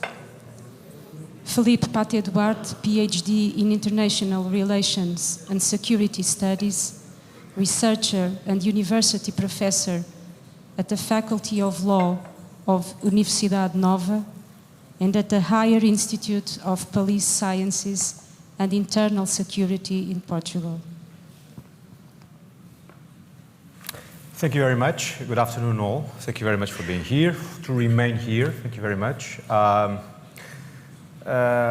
Before to start the moderation, let me tell you that I'm glad to be here. It's an honor to be here, where I can see so many familiar faces, from former students to high-ranking officers that are my friends and other friends that are here, and colleagues also. And let me tell you, let me salute you also, the General Inspection, for this type of event, in the person of General Inspector. Thank you very much for that. I'll salute you for this organization, because I think it's important and crucial to create a sort of a common ground where we can start to work to develop probably a common approach or a common doctrine in order to avoid different perspectives, different approach, and a small error could delegitimize the authority. And just like someone said, authority, or a very well legitimized authority, is the basic rule for our social contract and for our democracy. But so before I start with the questions for you, for the audience, I would like to sum up what these incredible panelists, the presentations of these incredible panelists, and you probably have time to think about your questions. And I will abuse of my position as an interventive moderator to start asking lots of questions to you, because I'm quite curious concerning your interventions. So summing up, we had the idea that for a de-escalation of violence, or at least a de-escalation of violence, relies on two things. The first is the proportionality, and the second, communication. And the results are also two things. The first, legitimacy, and the second one, the confidence. And you can see that both of them are crucial for the social contract, for democracy. Normally, we tend to put two concepts as opposites, such as freedom or liberty and security. In a democracy, this is not correct, because both are the founding fathers for the social contract. So we are on a different level here. So we are trying to create legitimacy and trust. And so I'll start with two questions for all of you. The first, concerning proportionality.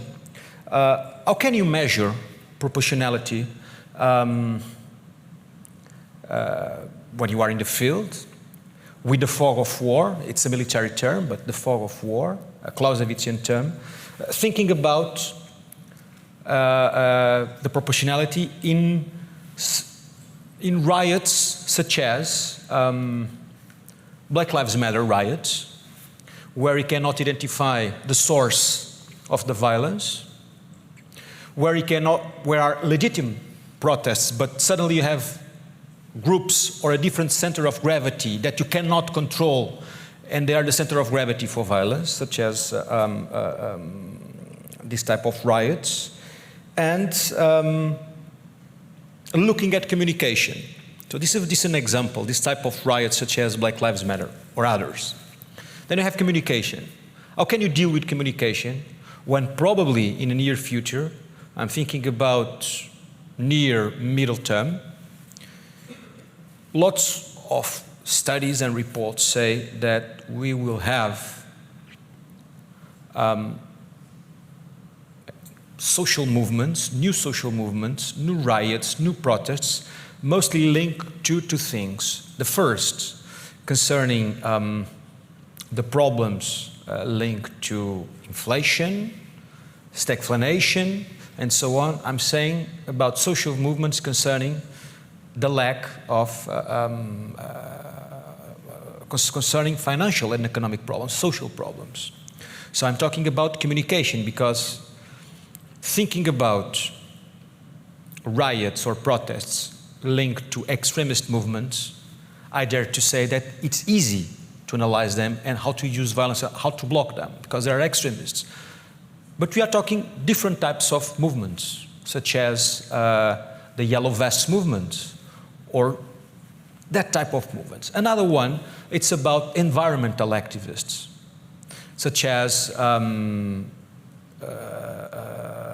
movements, Extinction Rebellion, such as. So we have here movements that they are legitimate, they are totally linked to the social context, and thinking about the environmental one, they are generational. So younger people, and the speech is apocalyptic, so you are with us or you are against the earth. So how can you communicate with them? And for start, this is the first round. Meanwhile, I think you can think a few questions to ask to our brilliant panel. Who can start, please? Well, I know that in Stockholm we have Greta Thunberg on Fridays for Future. They are striking from school every Friday, and they are having these demonstrations for their environmental situation outside the Parliament building every Friday, and they are between 6,000 and 6,000 demonstrators. And now in August, for example, they had like 4,000 or 5,000, and we have had the election for the Parliament, and we had a new government 2 weeks ago. But I know that our communicator, our dialogue, they have weekly meeting with the Fridays for Future, and also you also mentioned Extinction Rebellion. They are a little harder. They are more anarchist, but we still have a dialogue with them. They are not telling where they are showing up, but they are telling that when they are showing up. So that's fair enough, I think. Thank you. Well, I think for me, from my perspective, it's building on what Ola's saying. It is, as I said before, it's that constant dialogue, trying to speak to people, and you have to make the effort. Even if they don't want to talk to you, try and make the effort. I think certainly when you're in the middle of an operation, you've got protesters on the ground, you will get some hardcore ones that will not engage, will not speak. But a protest group is not just one identity. There are different types of people within that group. And certainly when you've got police liaison or dialogue police, as they're called in Sweden, they can try and talk to everybody. So during the whole operation, they will talk to various people, and it's about trying to influence. And if you start to influence even a small number, you hope that there will be some self-policing within that group, and that also, if you can influence some, then the message will spread, and that a wider number will understand what you're trying to do and why you're doing it. So I think that constant communication is very, very important, and I think it's really, really important that you've got to make the effort to do it, and not just think, oh, they represent this group and they won't talk to the police, so we won't even try. And you've got to try all the time, and even if you're knocked back once, you try again. And I think, as I said before, if you can't speak to the actual main protesters because there's a distrust of the police or whatever, there may be other groups that they're aligned to that have similar beliefs that you can ask them, and hopefully they might be able to influence and talk to them. Actually, my second question, it was supposed to be direct for you, concerning the active shooters and possible suicide terrorists. But once you already answer for the question, I will give another one for the group, and I will shut up, then I'll put the questions to the auditorium. It's concerning the evaluation of the risk, to evaluate proportionality. And all of you just spoke about kinetic measures. You didn't mention the role of social media. You didn't, so far, you didn't mention the role of information. You didn't mention the role of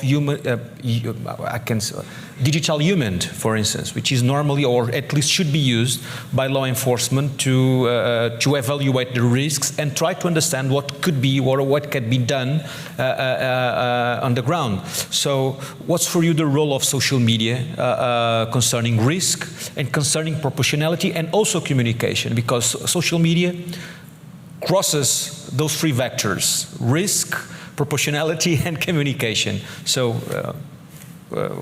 want to tell something about it? If you want. Well, I start on that. So, if I take it into a football environment for me now, what we get quite a lot of is on social media in particular. We've had protests against the owners. So, a season and a half ago, when we were looking at going into the European Super League, obviously a lot of fans were upset, so they would put on social media about organising protests against the owners because they wanted them out. We get other ones in terms of, we call it a meet and greet, so when the coaches arrive, the fans will try and organise that there are thousands of them outside the stadium with pyrotechnics to greet them, to create an atmosphere. So social media is really important in that we'll pick a lot of information up, we'll work with the police, who have obviously got other intelligence sources. I have another intelligence source in that a lot of my stewards live in the local community, so they'll pick up information. Stewards. Stewards, sorry. Yeah. So what we try to do, for me, information intelligence, you've got one source and you're trying to justify whether or not that information is true. So on a lot of occasions, the stuff that goes on social media, i.e. gather at this time on Saturday afternoon and protest, bring pyrotechnics, bring banners, I see that all the time. It doesn't necessarily manifest itself into an actual protest. And what you get is a balance of some people will support, some people will say don't, because it damages the club. And I think social media plays a big part, because one, you can gather information, but you can put information back out to dispel stuff. Certainly as a police commander, you would get, as I said before when I was in my presentation, you would get people saying 5 protesters have been arrested and they were hit with batons. That's never happened. But some people will put that out on social media. If we can look at that incident, we can actually put out what the truth is and what's happening. They may well have been arrested, but it wouldn't probably be as bad as has been painted on social media. You have to be very careful again, because some protest groups will put misinformation. They'll say that we're going to gather at point A, and really they're going to point B, so that the police look at it and will put resources in the wrong place. So social media is very, very important. I think you've got to be very guarded and very careful how you interpret it and how you use it.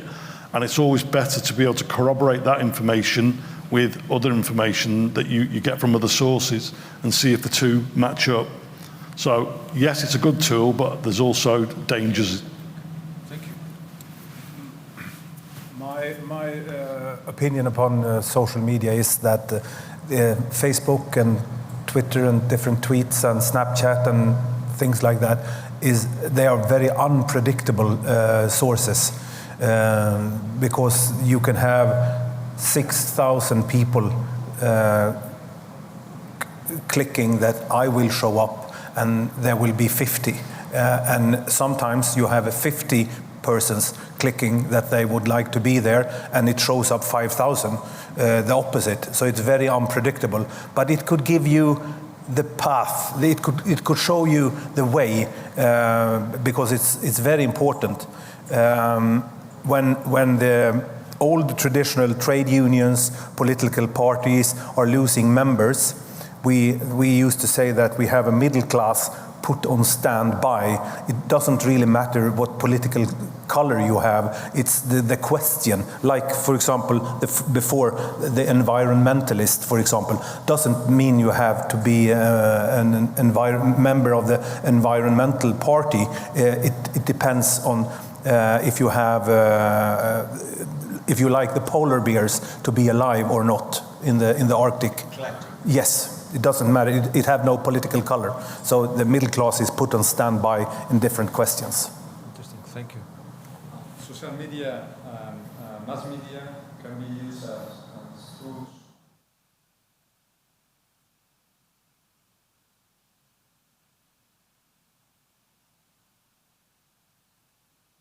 Will attack directly to fundamental rights, which are even more important than those attacked by the kinetic methods. So I rather prefer people to get annoyed by kinetic methods than not to have the right to freedom of information, freedom to spread their ideas, you know. So this is my opinion. So during the pandemic, at the beginning of the pandemic, I think social media play a very important role. So we had a lot of people so first they had time to have a look about social media, more time because they were confined in Canada. So I think it was... Concerning your reality, most of the radicalization and suicide and then suicide situations or or violent extremism start their online radicalization. So definitely, defeat us, yeah, defeat them, and we saw about what we call in French complotist, fake news and radicalization, of course. A lot of people were with paranoid vulnerability were very and we had 3 times more intervention at the beginning of the pandemic with this kind of profiles. After a while, so it was more stable, and the second year of the pandemic, so it decreased. That's maybe adaptation of human is very easy to adapt, but I think it played a very important role. Thank you. Please, the audience. Is there any question?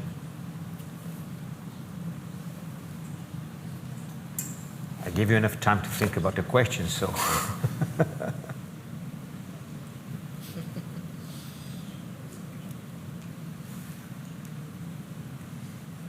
Okay, so no questions for the debate, so I might use time for a few questions.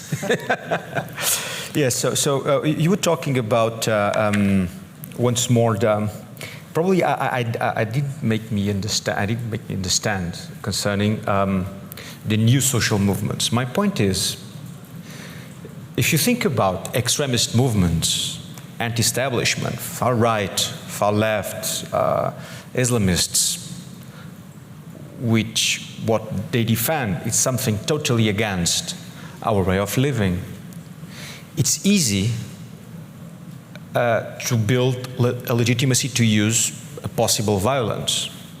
But the point is, when you have social movements that are the total products of the real contexts, which probably will happen right now, at least in the European Union, concerning the consequences of the war, probably you might think about the use of force. It will be different, even if they have the same attitude as the other ones, but probably you will think how to use the force.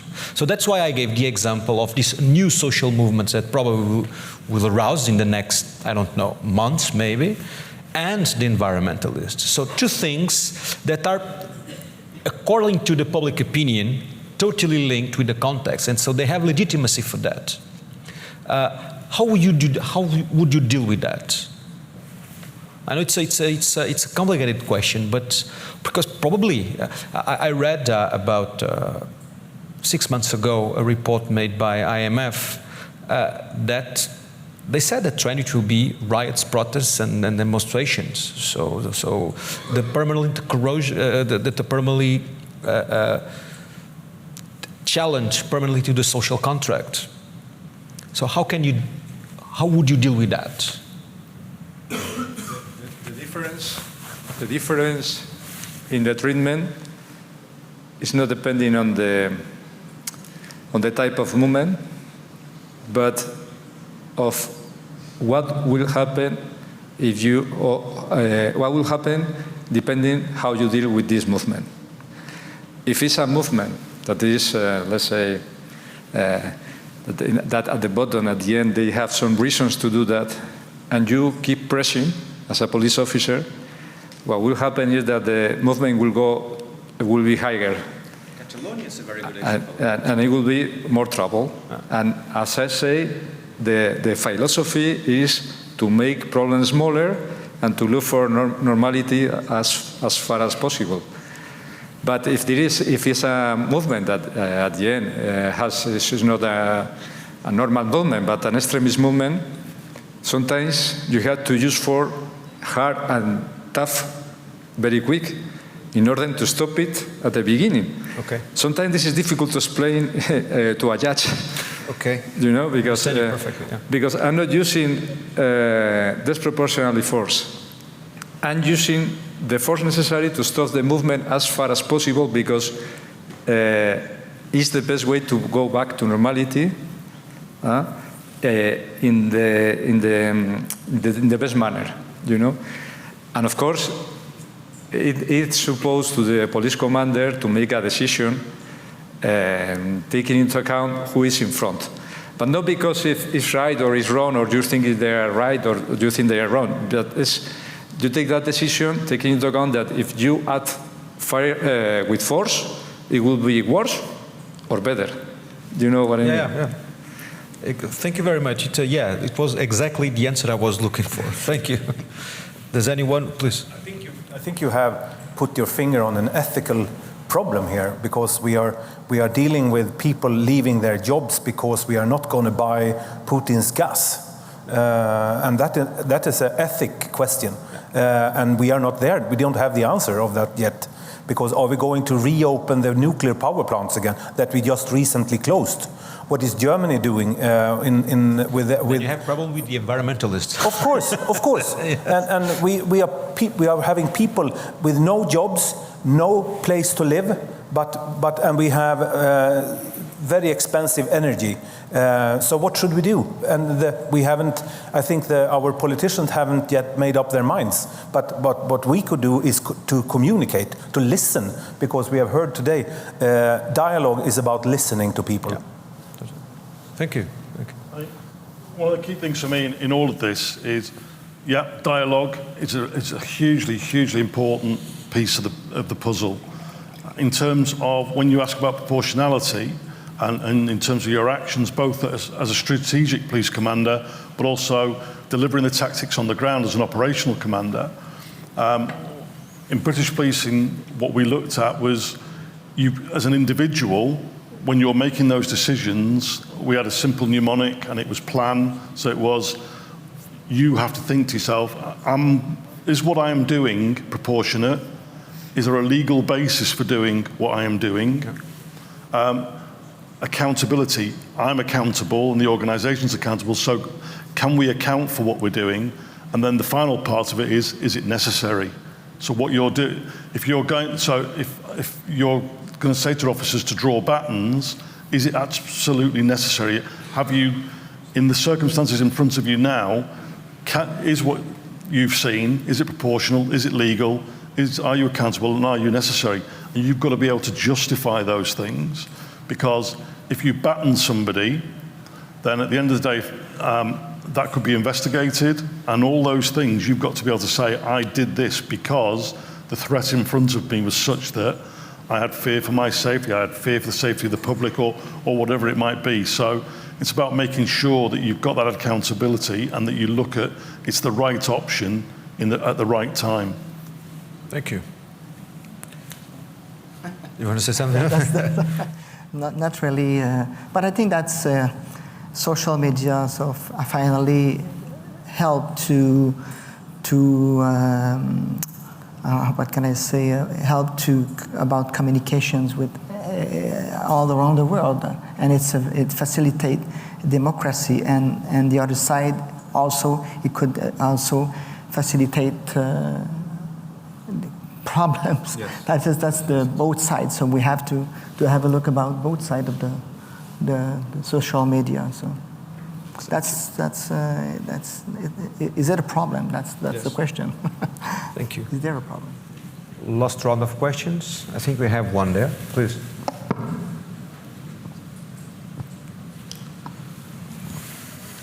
Thank you. I am an inspector of the Inspector General of Home Affairs of Portugal.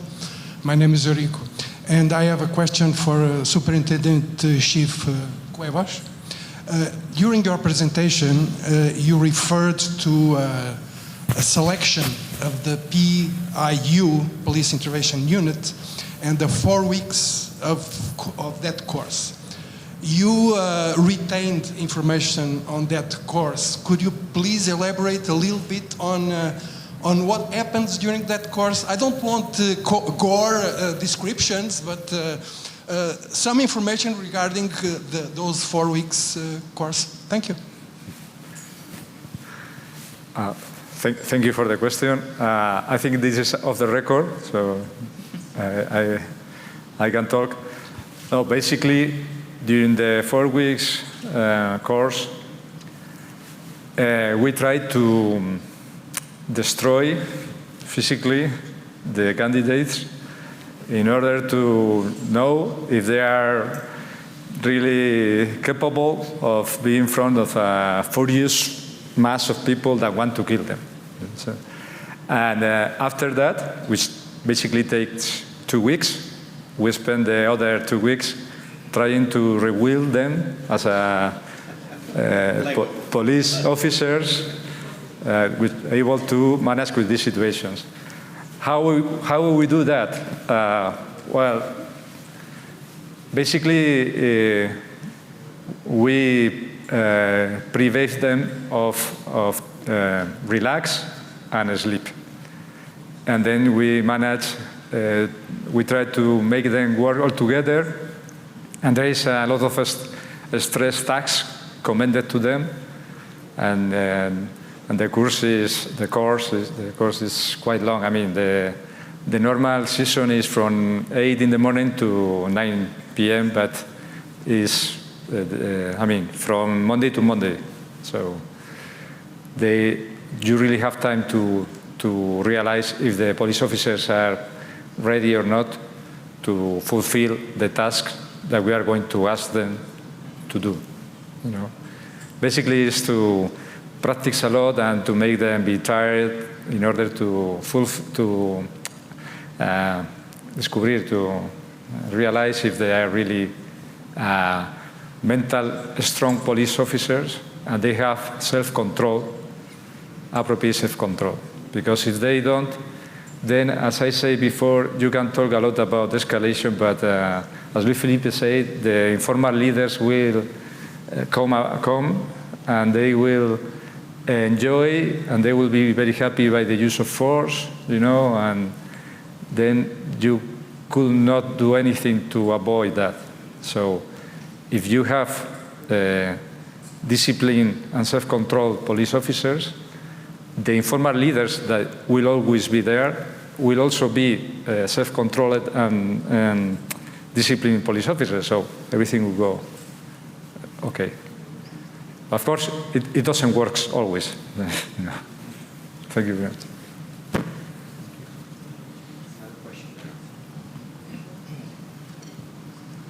Well, I remember a former speaker of the Commons, Sir John Bercow, saying, "Order, order, please." And in the morning, I didn't hear management. And in this afternoon, I didn't heard order. And we need police to establish order. That's the comment I would like you to have, if possible, because I know that the social contract is on the today highlights, but how about order? Sir John Bercow, thank you. Yes, could you elaborate a little bit more? What exactly, it was a question about why didn't the panelists talk about order? Yes, because we heard about conflicts, okay, about de-escalate, but from the society and from the police officers, we need to establish order, because okay, a society cannot be... without order. Well, we cannot act in the society without order. What kind of order are we talking about, and how does the police forces and the police officers intended to be? What is order? Order from one side and violence from another side. That's the comment I would like to hear something about, if possible, of course. Thank you. Thank you. Does anyone wants to? The concept of order that we are managing is close to what in Spain we call the public peace, which means that everybody, even the protesters, can do what they want. So it's a kind of balance in the situations. You, protester, can make a strike, can go a demonstration, can scream, but at the other hand, the people, the rest, have the right to go to work, have the right to work, you know, and in between, everybody has the right to have their cars in the streets without being destroyed, you know. I'm a police officer. A tactical level, operational level. So my social contract is quite simple.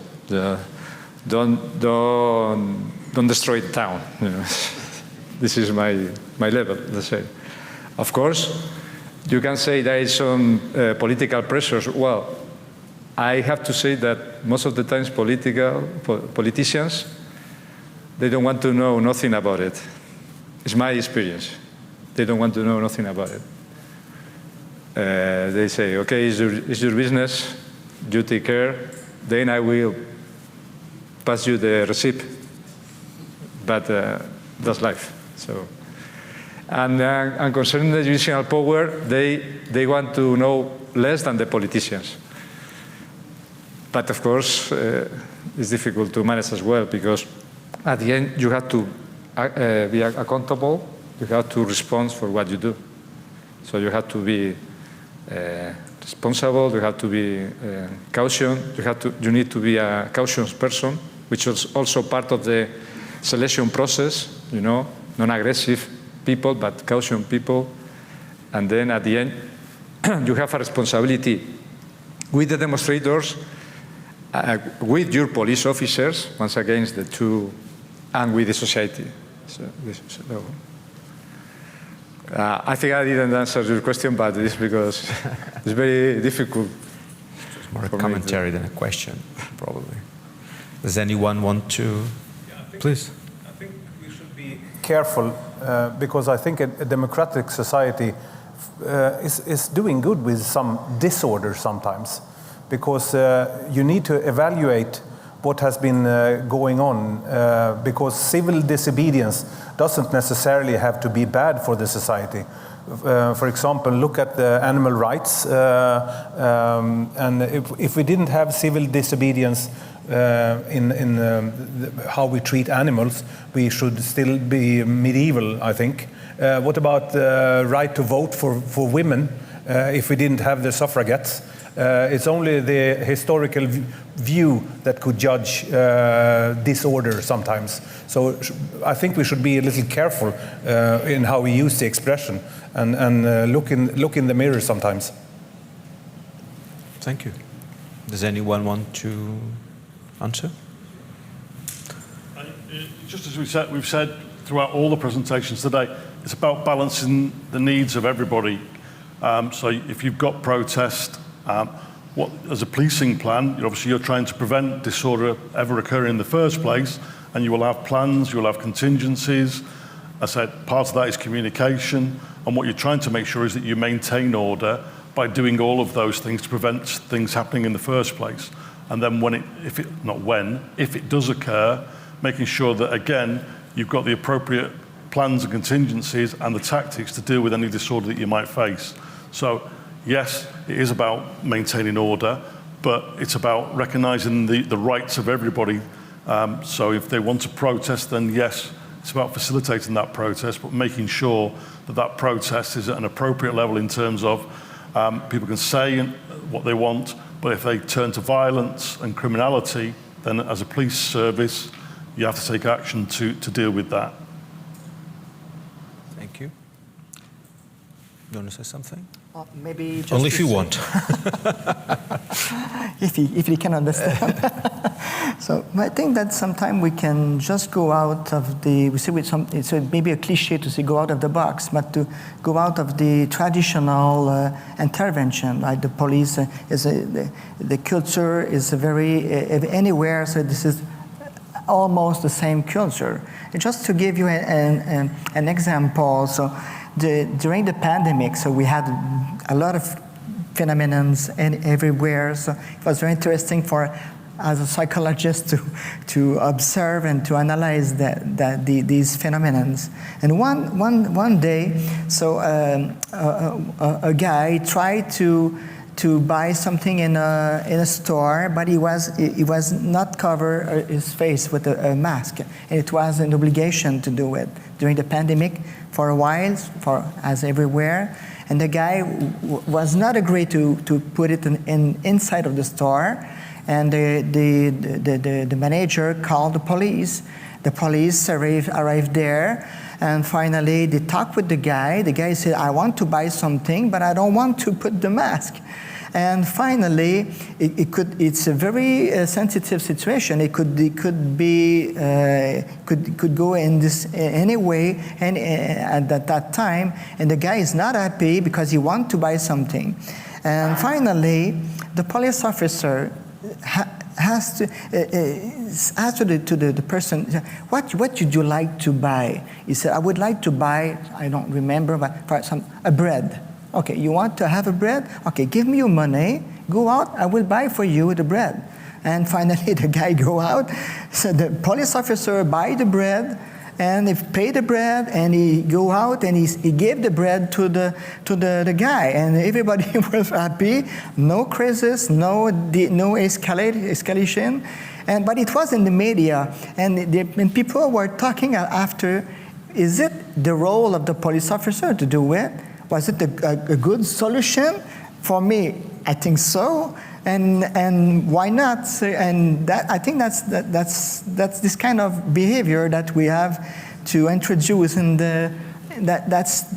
we do not want to have a conflictual situation, but it was, for me, it's a good way. That's just an example to say that sometimes just to change the way to do things. That's it. Thank you very much. So it's 5:30.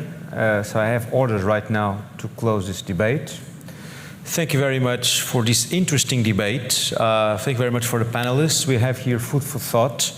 And once more, thank you very much. I think you deserve a beautiful applause. Thank you. Thank you. Thank you. Thank you very much. Thank you. The conclusions of this conference will now be presented by Inspector Luís Guerra.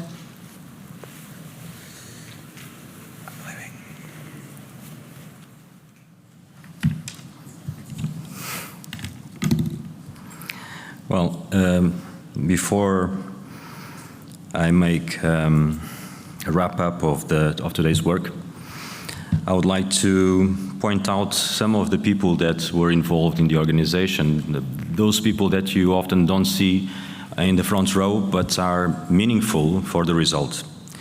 Sofia Mestre, Sónia Romão, Célia Gomes, Maria Antónia Rodrigues, Susana Rosa, Alexandre Godinho, Eduardo Silva, José Barradas, and the Director of Services of IGAI, Hugo Tavares. All this is the staff of IGAI that was for the last few months working on the organization of this conference. Also the media services, Creatina Digital, the company of media that is ensuring that we have cameras, streaming, sound, all this. Upwards, the interpreters back there in the cabin. Also Sofia Pereira, Adriana Silva, and Edemar Denqua, all involved in the catering and the caring from the SANA team. Also from the General Secretariat of the Ministry of Home Affairs, Luísa Borges, Beatriz Almeida, Ana Paula Morato, e José Duarte Bragança, who cannot stop shooting pictures. And also our moderators, Carolina Reis and Filipe Pate Duarte. To all of them, on behalf of IGAI, my profound congratulations and thanks. You can applaud.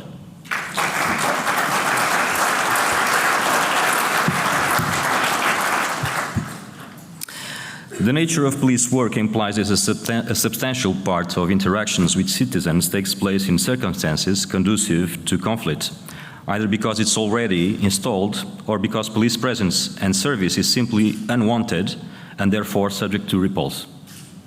In these circumstances, police officers are required to keep the law in mind, respect and enforce it, to resist and even tolerate provocations and challenges to their authority, to be firm without violence, and to respect the fundamental rights of any of the parties involved, regardless of the righteousness of their position. The occurrence of cases in which this control is not fully guaranteed by police officers has invariably consequences for themselves and for the police's public image. We must then question if the lack of knowledge of or misunderstanding of law enforcement officials in relation to human rights and the fundamental rights of citizens is the cause for police officers to exceed the limits of their powers, or if this has a different cause related to the accumulation of tensions, to the constant subjection to stressful situations, and the lack of psychological resources and techniques to manage conflict. This conference brought together the testimonies of psychologists, negotiators, researchers, trainers, and police officers, seeking to shed light on the phenomena behind negative police interactions, in order to establish operating procedures both efficient and compatible with the preservation of fundamental rights of citizens, but also the dignity and effectiveness of law enforcement and its professionals. We must not forget that the lawful authority of the police must be preserved and enforced, but that does not always have to be done by the compression of fundamental rights of our fellow citizens. The implementation of a doctrine of conflict control and de-escalation is, on these terms, paramount for law enforcement agencies. A lot of questions were raised today, but we believe that we've started something important. The road ahead shows that research, learning, and training cannot be ignored. Law enforcement initial training will have to include skill building and target improvement of officers' soft skills, and not only hard skills. These soft skills, together with clear, comprehensive, and flexible protocols, will improve the quality of policing, the trust of the public, the prestige of the organizations, while potentially reducing the need for coercive force and all legal consequences that come with it. Initial and continuous improvement training is not sufficient. We will have to invest in better following the emotional aspects of our officers' lives. Leadership plays a fundamental role in this dimension of the problem. Mentoring systems will prevent the prevalence of skills over minor organizational cultures.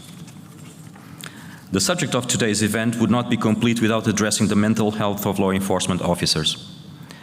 Previous and post-event monitoring of officers' needs is fundamental to enable the desired results. To go back to the beginning, the realization of human rights is better achieved through the development and application of good practices, sound procedures, and systematic review of deportment standards. I believe that today we've started we have a different standpoint, and tomorrow we can work on building a new type of doctrine on this matter. I would say, actually I would end with a Shakespearean expression: the game is afoot. Thank you very much.